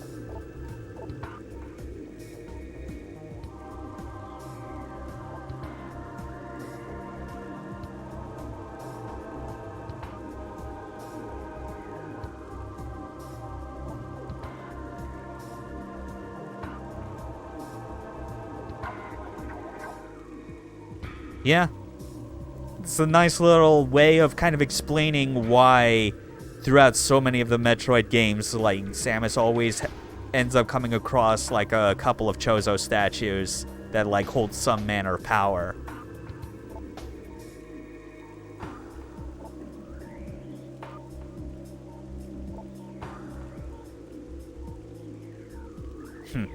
Yeah, it's like, the Chozo, you be nice with us, we'll be the best friends you could have ever had. Be a dick and we're gonna fuck your day up. I can get behind that. These Chozos seem alright.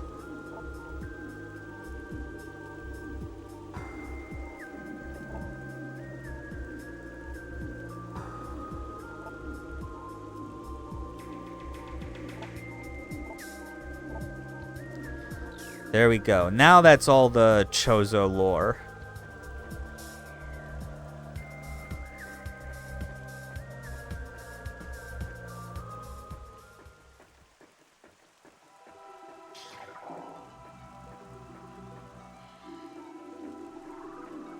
And there is our final Chozo artifact. Now this should be all the artifacts in the logbook as well as all pickups. Yeah, the first of 12. Yeah, the very first artifact as it's numbered, even though we did not get it because we saved it for last as part of this sort of like 100% playthrough kind of route. Doing things in a way that was most efficient. There it is. 100% of all pickups. Very nice.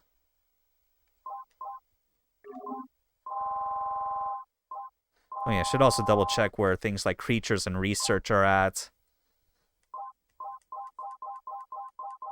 Yeah, because, let's see. How many question marks are left on it?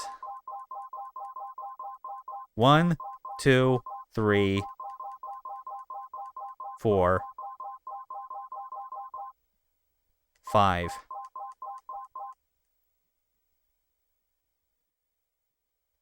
Yep, that checks out. Yeah, so I think we are totally on track for scanning all the remaining enemies.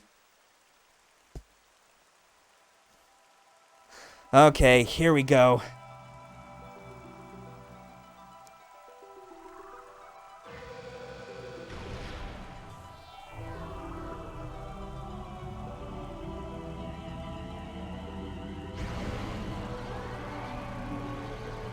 I really do like Retro's take on like Chozo architecture and design in this. Oh, here he is.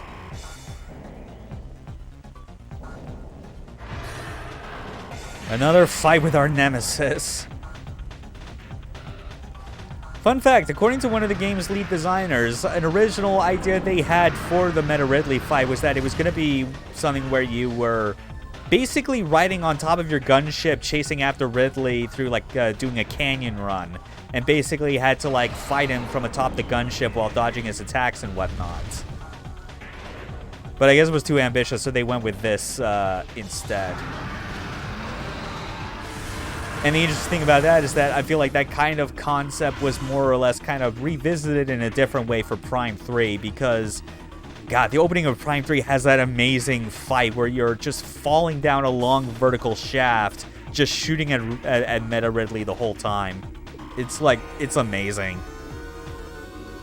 People give so much guff towards like Prime 3's like linearity in the opening hours, but I say fuck you, it's deserved if only for moments like that.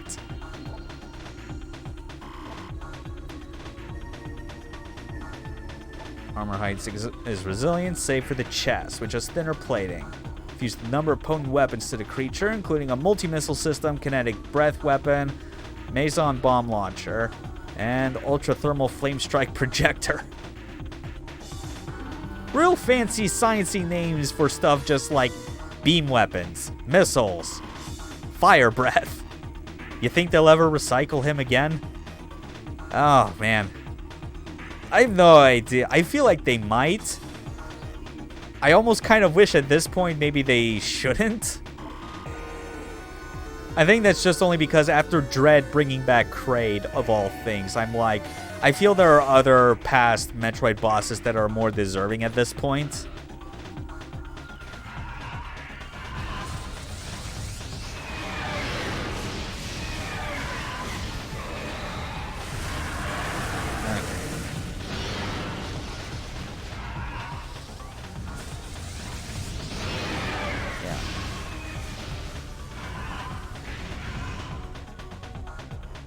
Okay, let's see.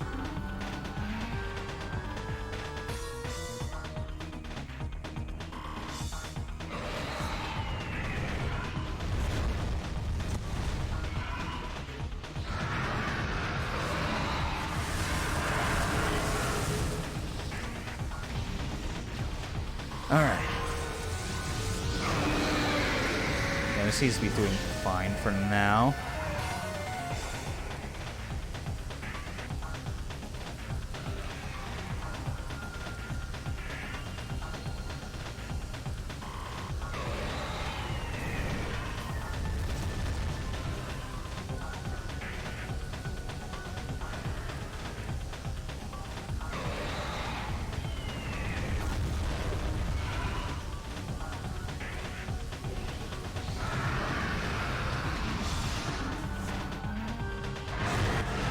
Ah, come on.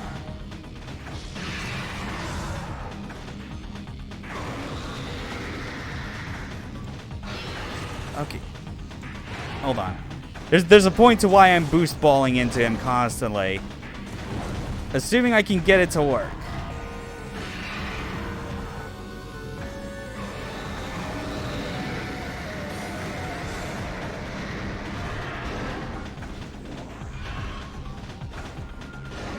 Ah, no, never mind. I think I might have missed my chance at that.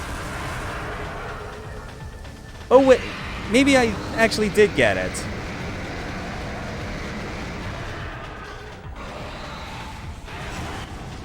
Yeah, because now his health is, like, so much lower.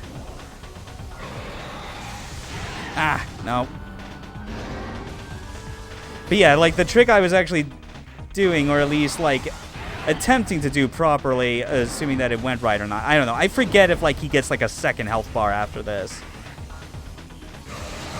Yep.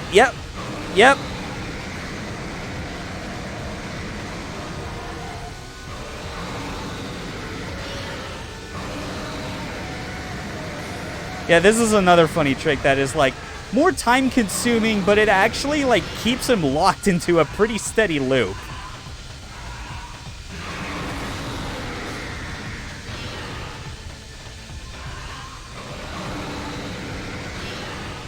Like, look at this. Yeah, I think I might have actually gotten the boost ball trick to work properly. I forgot that there was... Oh, yeah. That's right. Yeah, I guess for whatever reason, I thought that there was like a cutscene that plays anytime like you fully break his wings. But no, I think it was a situation where like I did get a boost ball on him. I boost balled into him. Definitely not as soon as he landed because he pushed me away. But I think the other was like I got him at a certain animation where he normally would have taken off. But then I did a whole lot of damage, broke his wings, and then I proceeded to just cheese him out at the end with the Wave Buster trick. So yeah.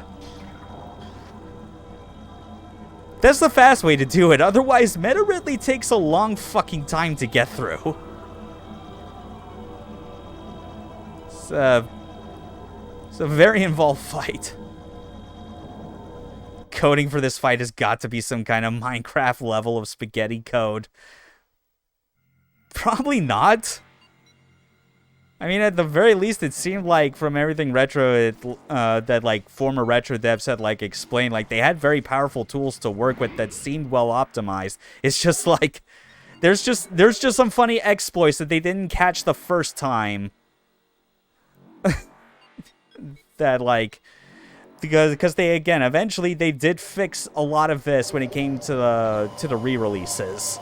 So it was just whatever funny things they ended up missing during the first pass of this fight because I guess their playtesters were not thorough enough. But here we are in the impact crater proper with orange Faisons that will actually damage us no matter what, so we can't just tank our way through this.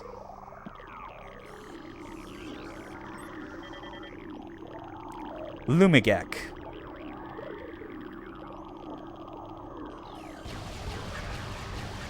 God, so I can't believe I actually managed to pull off both of those tricks on stream. Even though, like, the first one, I didn't even realize until well after the fact I actually had pulled it off. It was just one of those things where, like, every time I would see those, it just amused me to no end that you could, like, do something like that. Okay, here we go. The third Metroid type that is possibly the most annoying. Because you remember, like, this game introduces the idea of color-coded space pirates. Try color-coded Metroids that only, like, even before you kill them, they, like, split into two. Yes, I would actually agree with that very much, Grunt. It's like dealing with these fission Metroids while having to jump up this room simultaneously is, like, one of the worst.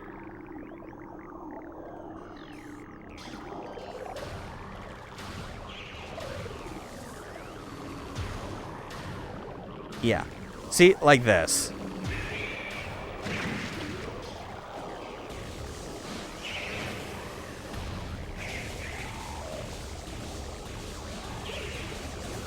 There. Yeah, it's kind of a shame too. I mean, like, I'd already noted when I got to the Faison mines kind of what my thoughts were regarding, like, the color-coded space pirates that were in the Faison mines when they introduced, like, the wave troopers, ice troopers, and all that. And it's like, in most other games where it's like the combat is like a bigger focus and you want that sort of like player expression to not be hindered, Like, in comparison with, like, Prime, it's like, that's not really, like, a major focus of the game, you know? It's mainly an exploration. Combat's just kind of, like, something you do en route to it, to doing exploration. So I didn't mind it as, like, as a diversion in this game. That said, the way it works for these Fission Metroids specifically, I feel is just much more obnoxious and actually tests my patience on that matter. And regardless, I am at least glad that they didn't try and, like, pursue this sort of color-coded concept further in, like, in later games. Because that was definitely, like, because Prime 2 absolutely had stuff, you know, like, light and dark ammo, like that had benefits against, like, creatures of, like, light ether and dark ether. But it was never to the point where it's like, yeah, only Ing can be defeated with the light beam. It's like, no, you don't need to do that. You can use regular beam if that's all you have. And then of course, like with Prime 3, it's just a matter of like you fighting against regular enemies or enemies that are high on Faison. At which point, the only solution to that is to apply more Faison.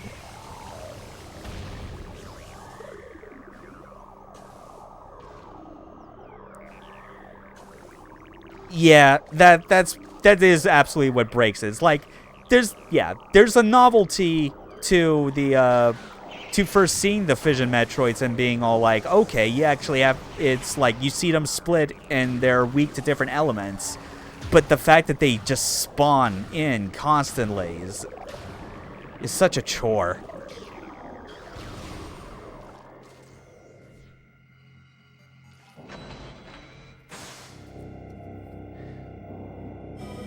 At least the saving grace of like that room and like the impact crater is that like there aren't really any other rooms that are like quite as big and tedious as that, and the impact crater overall is a very short location.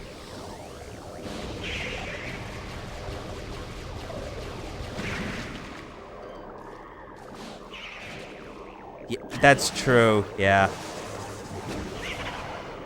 Though I'm very much just kind of focusing on just preserving what I can. I don't know. I'll definitely be using, worst comes to worst, absolutely be using more power bombs as I get closer to the top.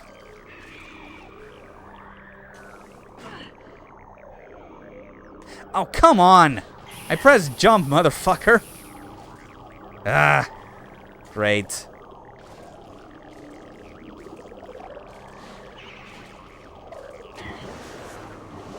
Yeah, you know what? Fine. Use all the power bombs I got. It's not like they're. It's not like these things are really used during the Metroid Prime fight proper. You know. They had it coming. They all knew that they had it coming. Oh my god! You motherfucker! He just nudged me off camera.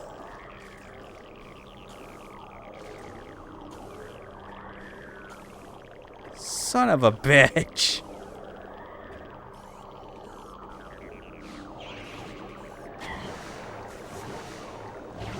There.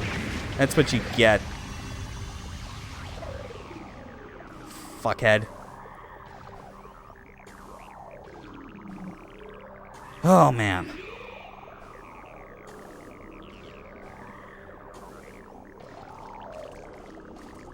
And now, of course, we're all the way back up here where we started.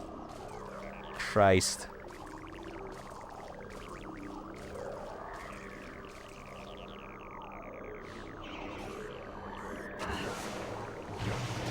Alright, more power bombs for everyone. Get over here, assholes.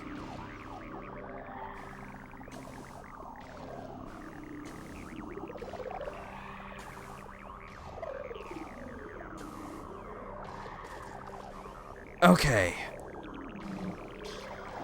Finally, we're through that room. This one is at least a nice reprieve.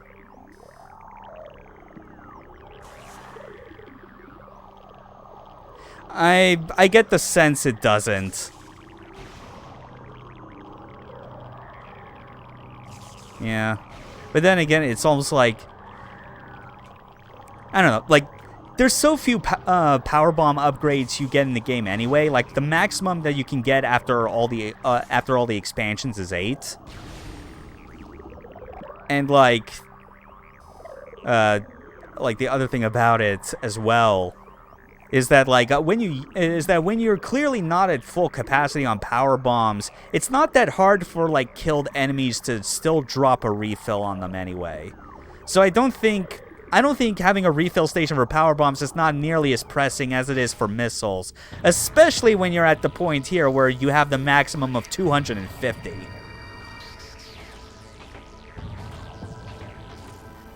But here we go. The moment we've been waiting for. The Metroid boss that is technically not a Metroid, it's just the Space Pirates called it that because they saw some similarities. It's not that important, it would just be a nice gesture. That's fair. Yeah, I can totally understand that. Anyway.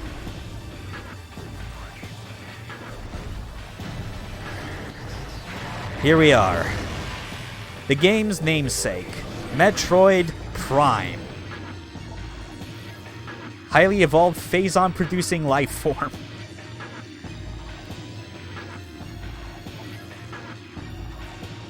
Yep. Admittedly, I also totally get, like, what Retro was doing leading up to this by introducing the color-coded Space Pirates and then the Fission Metroids, because that is, like, the crux for this first half of the boss fight.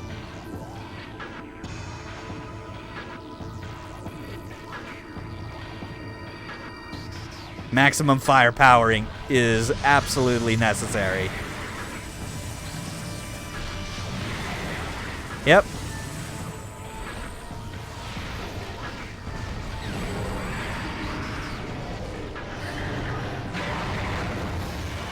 Ah.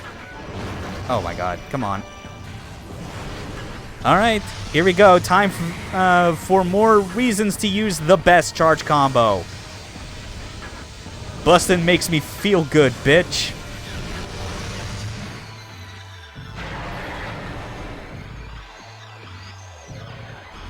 All right.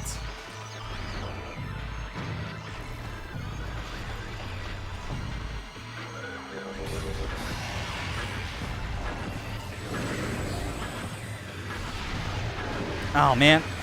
Okay, that was not a good angle for the super missile, but I still managed to get the second one. Ah, that's, yeah.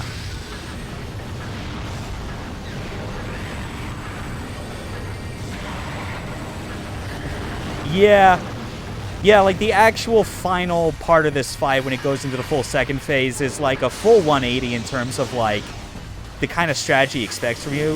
I think it's more like this phase, I feel, is more emphasizing of the of your weapons, you know, and is especially rewarding if you've been keeping up with collecting all the charge combos, because those have a benefit.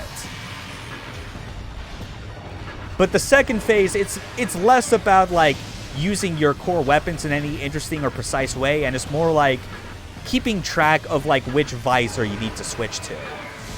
That's the general idea behind it. And then you also get to like use the super cool secret weapon that is only available during that fight. But then again, it almost makes it feel more like a victory lap in that case, I suppose.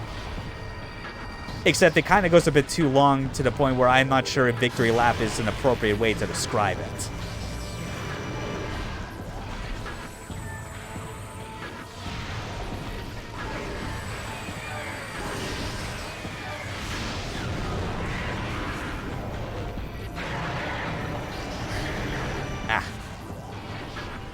Alright. I'm gonna change color. Yep. Still no fire. Surprise. No plasma. Also waiting forever playing jump rope for the RNG to let you do a thing. Yeah. That can be kind of annoying when it happens. That said, I'd still say it's like... It might honestly be a toss-up in this game, like whether Meta Ridley or Metroid Prime itself is the best boss of the game. I almost want to say that after getting a whole, pulling off like those tricks to speed up the fight, I might say it's Meta Ridley just for that alone. But that's kind of, I almost feel not really fair as far as like, or intended. The intended way of fighting Metroid Prime, by comparison, I feel is infinitely more interesting, but it still takes a long while in a lot of cases. And the game just really does not want to give me time, a space to just get up close. Is there a human-like face on that bug? I mean, yeah, it has a bit of a creepy look to it.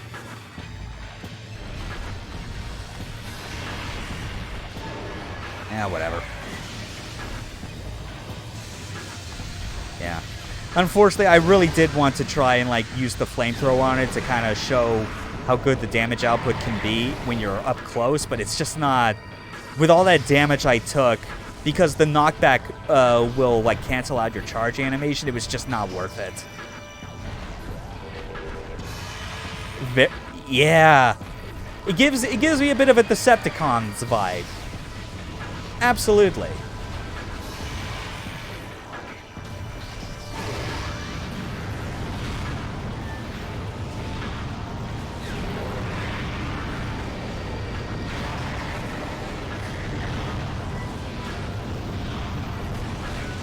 Ah, come on. Kill him. Oh, fuck.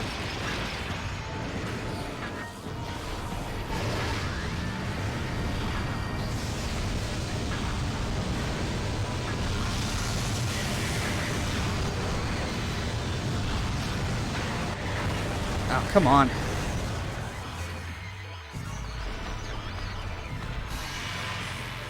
Yeah. Alright, I'm very much out of missiles now.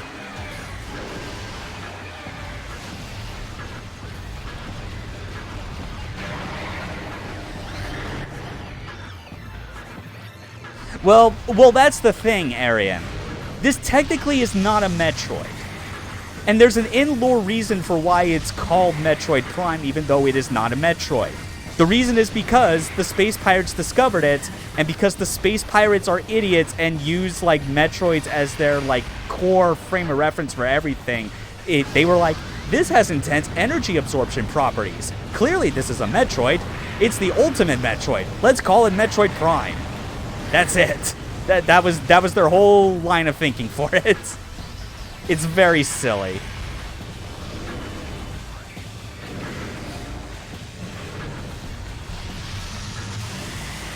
Oh, come on.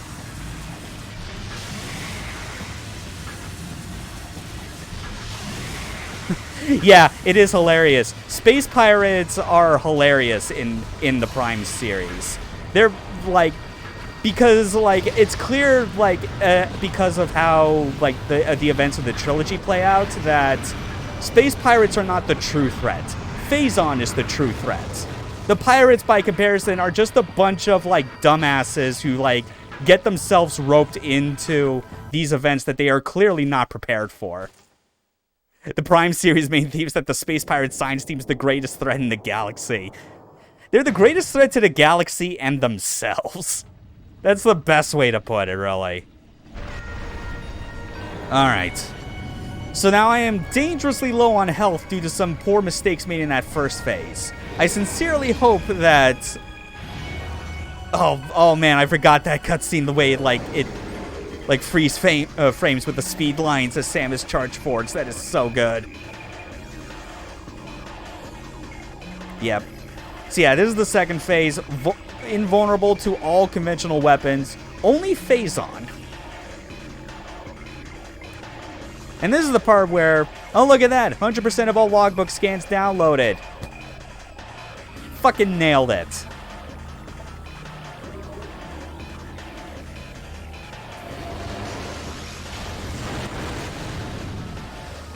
Oh good. At least, yeah, that's right, they now have actual like health drops. I just need to... There. Good. I've got a whole lot more energy to work with. Oh, wait, but there's still... whatever.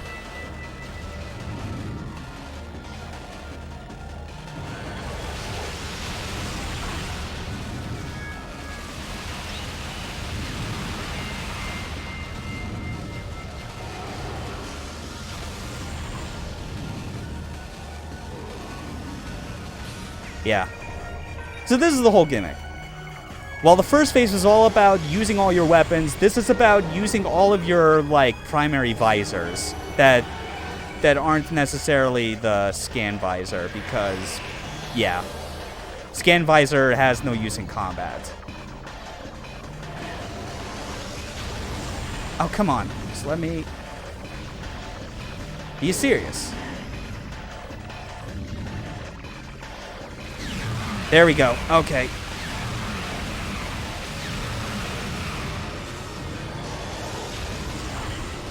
Damn it. Yeah.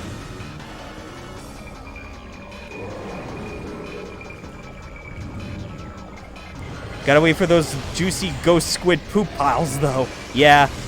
The waiting game is what brings down this second phase. And, like, this is also his only attack, really.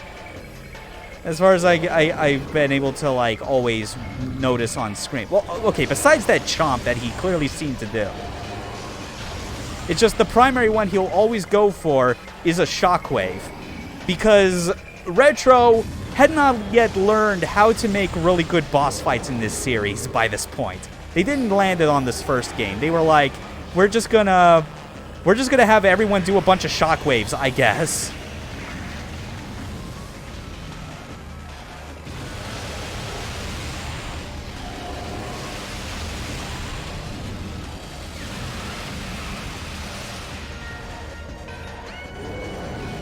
Yeah. Now he looks closer to something I'd call a Metroid. A little bit. I mean, the brain part of it is definitely kind of similar. But then again, that's going back to Space Pirate logic. They're going off of, like, very, like general, like, similarities, and not because as lore points out, which I feel kind of almost disgusted with myself that I'm trying to, like, act like a lore nerd in this situation. But the whole point of, like, Metroids is, like, yeah, they're gelatinous, but that's, like, them in their infant stage. And the whole point of Metroids is that they were, like, bioengineered by the Chozo to deal with the X-Parasites. Because those were apparently so big of a problem, they were like, we need to create something that's even more of a problem that can deal with these guys. At least with the boss ground pounding and Faison Beamage, the random Metroid spawns aren't an issue. That's true, especially when I can just do, like, I could just power bomb so many of them. Also, oh my god, I am low on energy. I'm actually much more concerned now about whether or not I'm gonna survive this.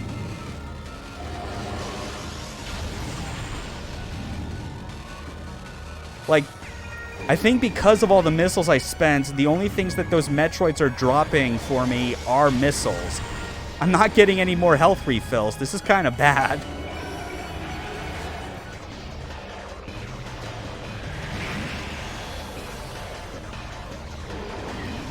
Come on. There.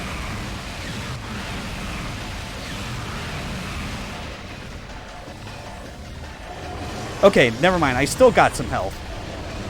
But I'm still very dangerously low. Hovering around, like, my starting health values, actually. That's kind of rough. I swear, though, if I actually pull through, considering he's now, like, about a third, less than a third left on health, that's gonna be an amazing clutch moment on my part. It would be nice if I could complete this playthrough, and similar to how I 100%ed Deadly Premonition, that the only death I incurred during this playthrough is over something incredibly stupid. And easy. You know? Like this playthrough, I had only made a very stupid error when fighting, like, one of the very early bosses of the game, the Hive Totem. After that, I've managed to avoid getting another game over since then.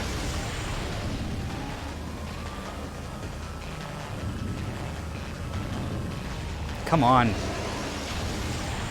Now he's really trying to waste my time. This dude isn't pooping out Faison fast enough. Come on.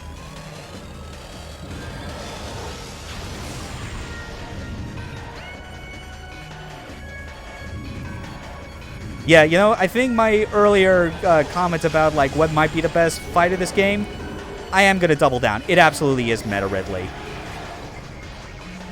Oh god, yeah, now it's the Hunter Metroids. No, no. Oh, come on. Seriously?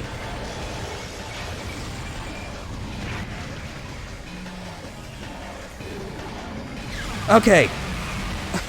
It's like in Dark Souls bosses. Meh, easy. Gravitational forces, the horror when it comes to dumb deaths. Boy, ain't that the truth. Oh man, look at that. Look at that. He has like the tiniest bit of health left. And he started summoning the Hunter Metroids. Like, my power bombs did nothing to them just because I don't think I landed them close. That's kind of blah. Whatever. At least with Hunter Metroids, they're immune to ice no matter what. So I think the next time he summons them, I'm just gonna make sure that just freeze them, pop a missile, get in the Faison pool, and then end this motherfucker's career.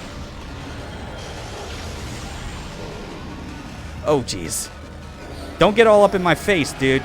Oh, fuck me. He had to bring these back out.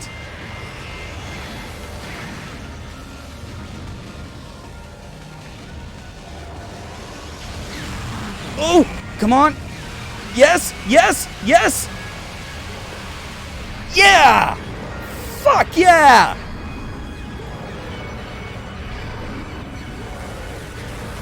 What did I say?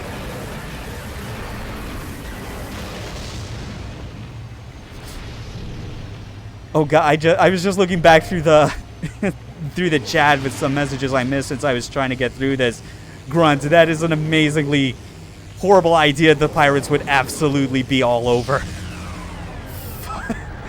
God, if the space pirates found the red seeds from Deadly Premonition, it would go so bad for everyone. Oh man.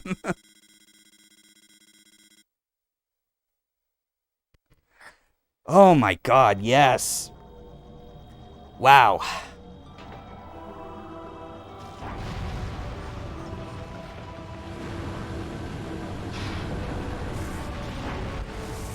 And look at that, the escape sequence at the end of the game for Prime 1 is just a cutscene because we already blew our quota on playable escape sequences at the very beginning.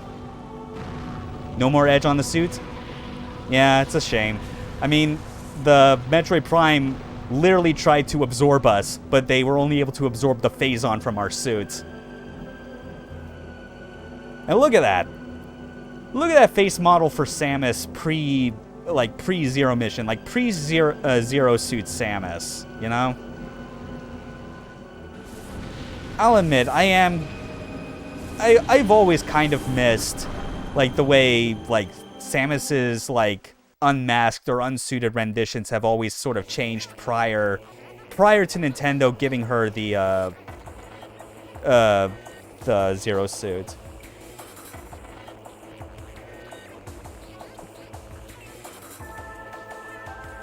I don't know. I guess I'm kind of either or on whether or not, like, I'm upset that they didn't have an escape sequence right at the end.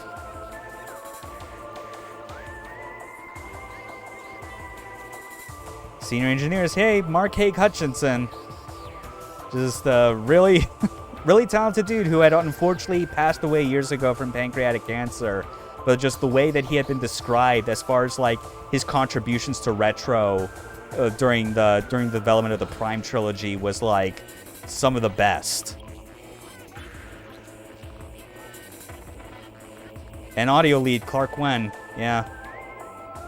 Yeah, I actually recognized some of these developer names a bit more because I had, like, dug up, like, interviews with former retro staff, like, prior to starting this playthrough, just because I was in the mood for, like, you know, I want to learn a bit more about what actually went into the development behind this incredible, incredible game.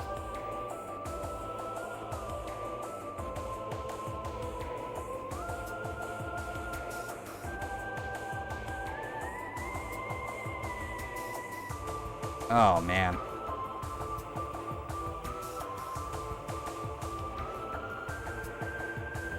Still, what a good goddamn game.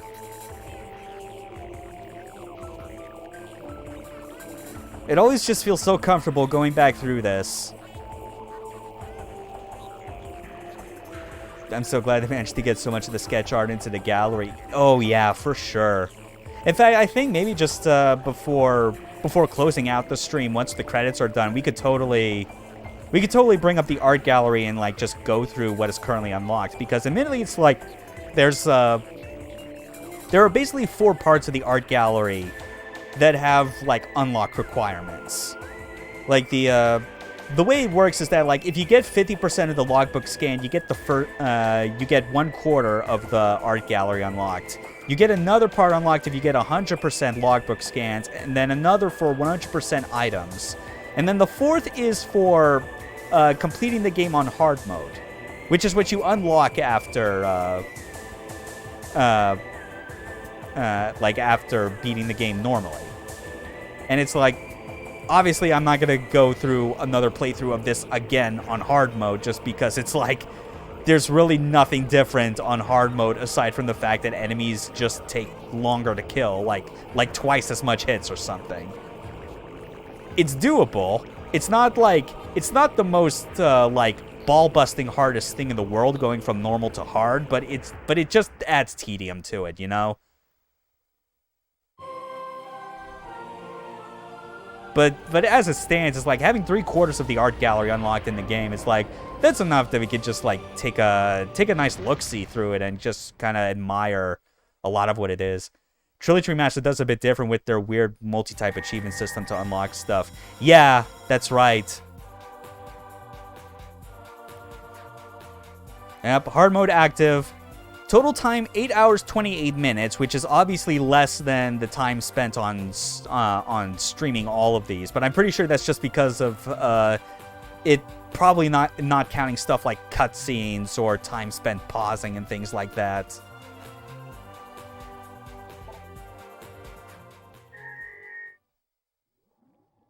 But also, since we got 100%, here's our post-credits final tease.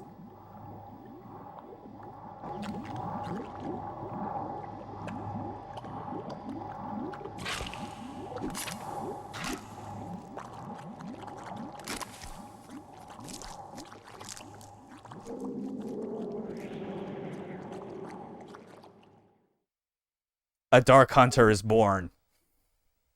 Sequel hook ahoy! Yep. Yeah, pretty much every bonus scene in the Prime games, like, once you get 100% for the ending, is like, it's always been like some manner of like open-ended enough sequel hook to give you like a sense of like, hey, here's a direction that this could go. Surprisingly, both it's also very clear kind of like when the same thing happens at the end of Prime 2. And Prime 3, even though we didn't get a sequel to it, obviously, it gave us another very specific tease about what to expect, because, like, surprise, surprise, Kensuke Tanabe, has a hard-on for, like, talking about how much of a badass Sylux is, and wants to integrate him into, like, a proper Prime 4 or whatever, which, at this point, between the multiple teases in which that has happened, I'd say that's, like, the most guaranteed.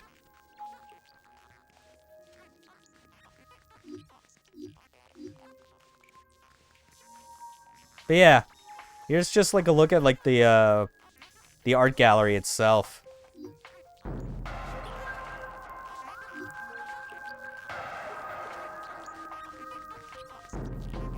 Just kind of general, like, anatomical sketches.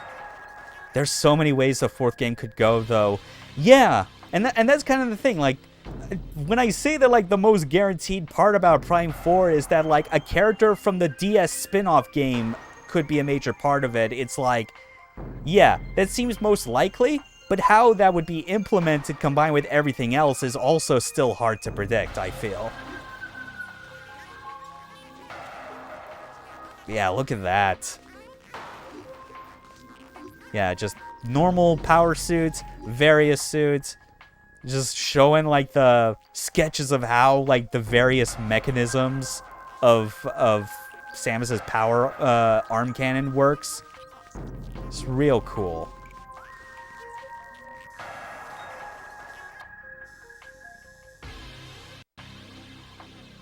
Yeah, it's real great. Pretty much all these sketches in the first gallery are entirely based around Samus.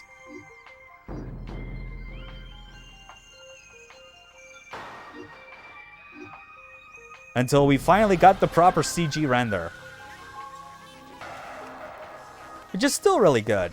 And it still kind of amazes me as well that, like, this is already such a good-looking render for Samus anyway that it's like, I think for most other developers, like, they probably wouldn't see the need to like, make small redesigns and adjustments to this in future games, but Retro found the need to still do it anyway with Prime 2. And, like, just make it, like, a lot more refined and, like, distinct, I guess. Like, they found ways to make, like, the various suits Samus look feel more like their own. Whereas this is more like, this is them putting as much as their own spin on it as they can while still being very true to the aesthetic of how Samus looked in Super Metroid. You know? That was like the important thing they needed to get right when making this game, was being like, hey, we got huge expectations to live up to. There's a Metroid. Last thing a Zemer sees before it gets a 20 health... Oh, a pop for a 20 HP health orb. Oh, tell me about it. Just rushing towards you to just end your fucking life. There's a little Triclops. Shriek Bats, Zoomers, all this stuff. Oh, yeah, and look at that. Like, look at that, like, right there in the center, that little glider design concept art. Like, that is 1-for-1, almost, like, about the same as what it looks like in Super Metroid, you know? Like, they were doing a lot to be so on point with, like, with those influences and making sure that, like, people could get into this game on the basis of, like, oh, man, this is like Super Metroid, but in 3D, and it works. And they managed to do all that while still injecting a good dose of, like, their own creative takes on top of it.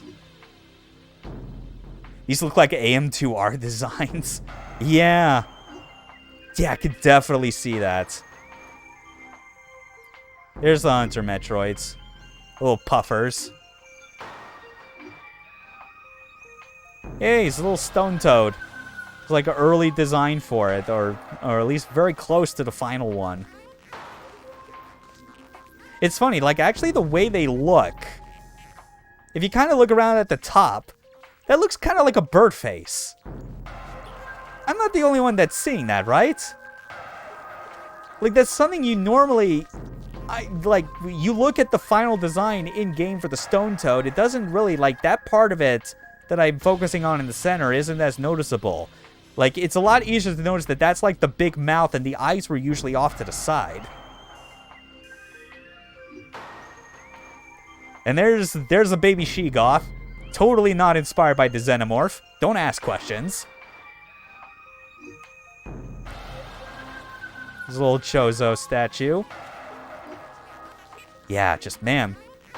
All this concept art's really good. Even when you can see that there are clear differences between how the final models looked, they still had a pretty good idea of, like, what they wanted it to look like and how to transfer that into gameplay. That's definitely a different design for the Air Pirates, though. That's for sure. Same for that Elite Pirate. It's a lot more chunky. I mean, they were also kind of chunky in the main game, but more in a super top-heavy kind of looking way. Oh God.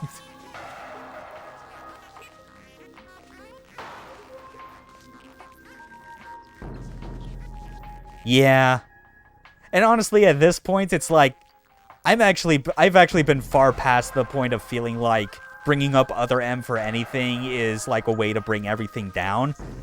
I think at this point, it's fine to, like, always bring that up as a matter of perspective, especially because, you know, the series was finally able to move past that dark point. We finally were able to get good Metroid games again. But also, I gotta say, I love this pirate's face.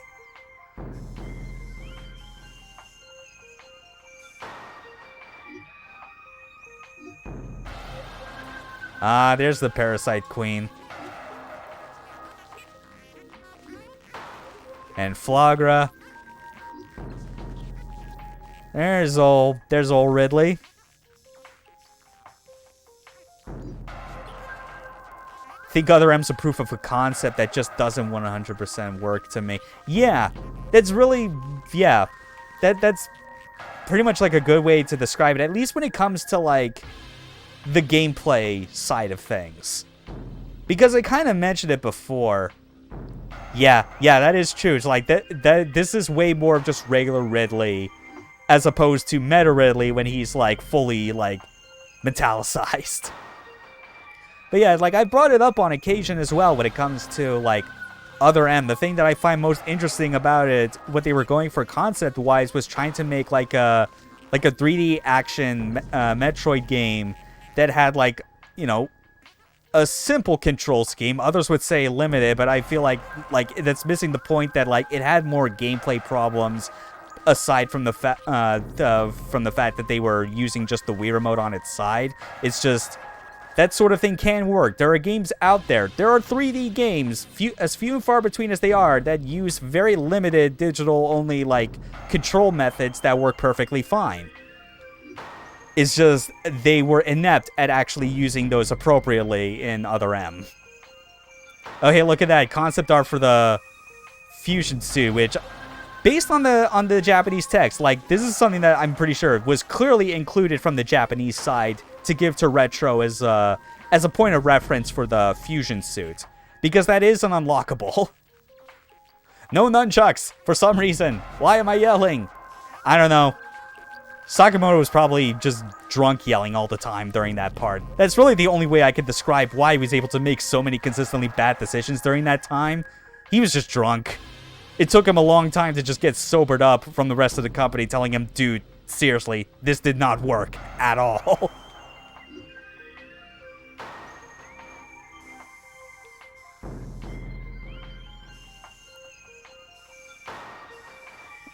More like Sake Moto, am I right? You know what?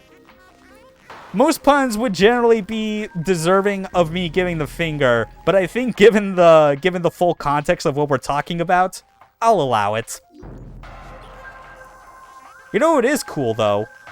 I think the coolest part, on top of all the Prime concept art you get to glean in this gallery, is actually getting to look at like concept art that was given to them for like fusion, and actually kind of realizing like, you know, this is just as interesting to kind of see like what went into the design process for like the other Metroid game that came out on the same day as this.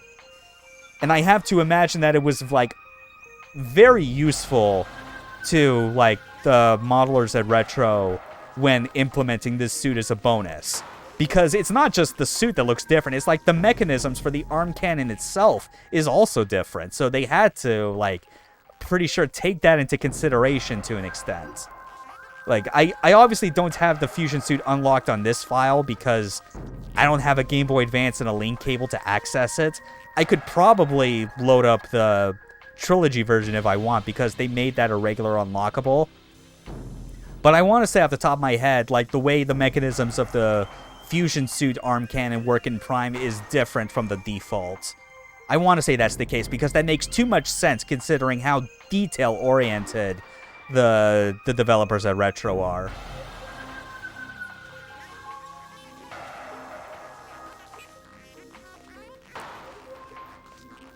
Yeah, it really does. Yeah, because like,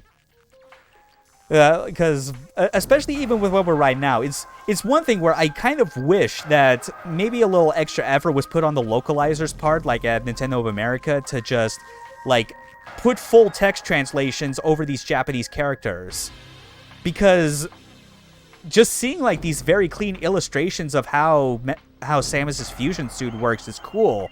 But I'd also really like to kind of know like what sort of notes were they writing down as like a reference to give to the artists for like implementing it into the game proper. It's all so fascinating. At least here we're now getting back to things that are more related to Metroid Prime. You know? Like similar things, like showing not just what the Morph Ball looks, but also like what the intent is for how to use the Boost Ball. For doing like, for getting big air, building up momentum. It's really good. Admittedly, text is a bit hard to read because I'm zoomed in as far as I can. 480i is definitely not helping the readability on this. I could probably... Like, I'd have to switch to 480p progressive scan in order to really see it, but then again, I would not... If I did that, I wouldn't be able to view it on my CRT either, so... Oh well.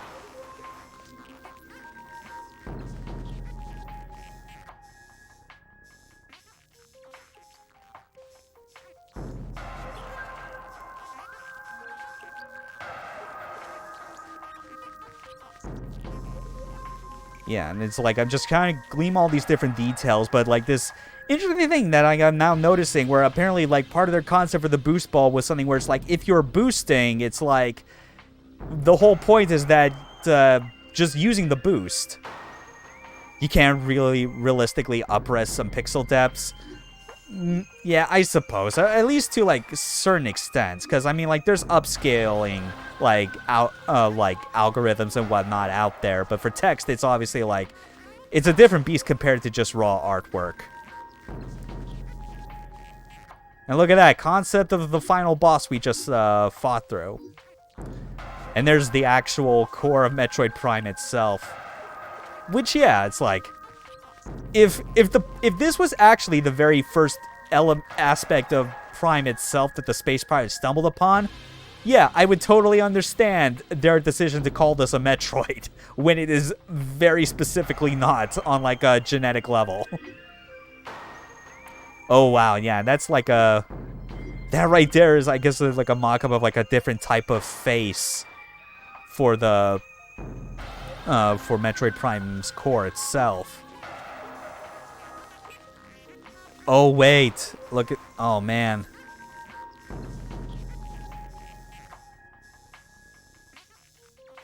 So look at that. It's just like concept storyboards for the exact same, for the same ending cutscene we had just seen after beating the boss. That's very nice. Admittedly, when I saw, like, those jets coming from her back, it almost, like, it took me out of it for a moment thinking, oh man, did they have originally have a concept for the speed booster in Prime? But it's like, no, of course they didn't. That would have been exceptionally hard to pull off while maintaining a first-person perspective with how fast you move in that. That said, it's like if... Oh, yeah. We don't get third-person views that much. Yeah, it's like in this game, it's really only in Morph Ball that you get third-person. And then in Prime 2 and 3, they extend it just a bit more by, like, letting you do the screw attack, but it pulls out the third person. I would like to think that if Prime 4 came around and, like, if there was one thing I would like them to add is to find a way to properly implement the speed boost and Shine Spark into Prime. Like, even if it means you have to do a bunch of, like, transitions out of first person into third and vice versa, I think that would be worth it. It would be, like, the nice final thing to kind of... Well, aside from, like, a proper space jump as opposed to this game's version of it, which is just a double jump, I feel like that would get it even closer to giving you, like, one-to-one analogs in 3D to every single 2D Metroid ability, you know? But whether or not that would be, like, a high priority for the people developing Prime 4, that's kind of hard to tell. Oh, look at that. The end? Question mark? Look at that. They knew. They absolutely knew what they were doing. And look at that. Face model for Samus. Who looks... It's like... It's funny considering this came out in 2002. This gives me, like... just huge Alexandra Roivas vibes from Eternal Darkness. I mean, like, is it really any surprise they're both voiced by Jennifer Hale? It's like that's probably like the best non-anime kind of like blonde hair woman look they could go with for Samus before they had like before it basically became standard for Samus to look the way she does in the Zero suits with like the big ponytail and whatnot. Although there's a ponytail there, but it's not as pronounced as it always felt with Zero Suit Samus. You know, with that and the bangs. Okay. Yeah. Prime 1 completed. Holy shit. That was a fun time. Thanks again to everyone for watching this. So, I guess as far as schedule goes, does look like Zero Suit, just not an anime. Yeah, that's true. The basic shapes are there. It is absolutely just a real good game. Very much enjoy it, kind of no matter what, every time I go back to it. That said, as far as, like, stuff that's coming up after this, like, I'm planning to go straight into Prime 2. Excuse me. Yeah, to go straight into Prime 2 as, like, the next game for stream, because I am very much in that mood of I just want to absorb all of the Prime trilogy all over again. And currently just how my schedule is, it's tentative as to whether or not I'm going to do it Saturday like I normally would, or if I'm going to bump it up to Friday. Because I've been wanting to get back into streaming on Fridays, but I had to kind of hold off on it the past couple months because of how, like, you know, like workloads at my job were just increasing to the point where, like, the cumulative fatigue kind of getting to the end of the week was making it such where it's like I kind of just want to take it easy and save all my energy for streaming the following day. But I think just because I am playing a game, a trilogy that I absolutely adore, like, I'm having this like desire to just focus on going all in on it. So if things work out, if I'm not feeling too tired or worse, like get sick with something, which hopefully should not be the case. I've generally done a good job of avoiding it. But hopefully Friday will be when Prime 2 playthrough starts, which will, again, like this, it'll be 100% all items, all logbooks. I got the order and cheat sheet ready to go as far as, like, the optimal, like, route and times to get, like, important scans and whatnot. Bit tiring in long stretches. Yeah, definitely. It's definitely one where it's like, I'm curious to see if it'll take me about the same amount of streams as it did for Prime or longer, because my familiarity with it overall is less. Like, I have beaten it significantly less times than this game by a long shot, and I've still beaten it even less than Prime 3. So we'll see how that goes. I'll at least make sure to keep myself paced keep myself well-paced playing through Echoes. It'll probably also help as well getting plenty of other people in here to kind of just talk about the game in general, just because I know it's got plenty of people that are like, it's the weakest of the trilogy, which is admittedly my perspective, as well as others that are like, it is the best of the trilogy, which I can understand, even if I don't necessarily subscribe to it. But we'll see how that goes. Prime 2 at least has, like, a very strong opening in its own regard. Like, all these games have strong openings, but they're strong in ways that are, like, very distinct to each other.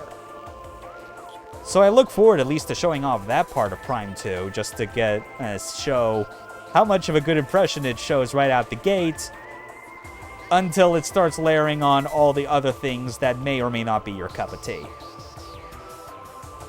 So until then, you all have a good day, everyone. I am signing off.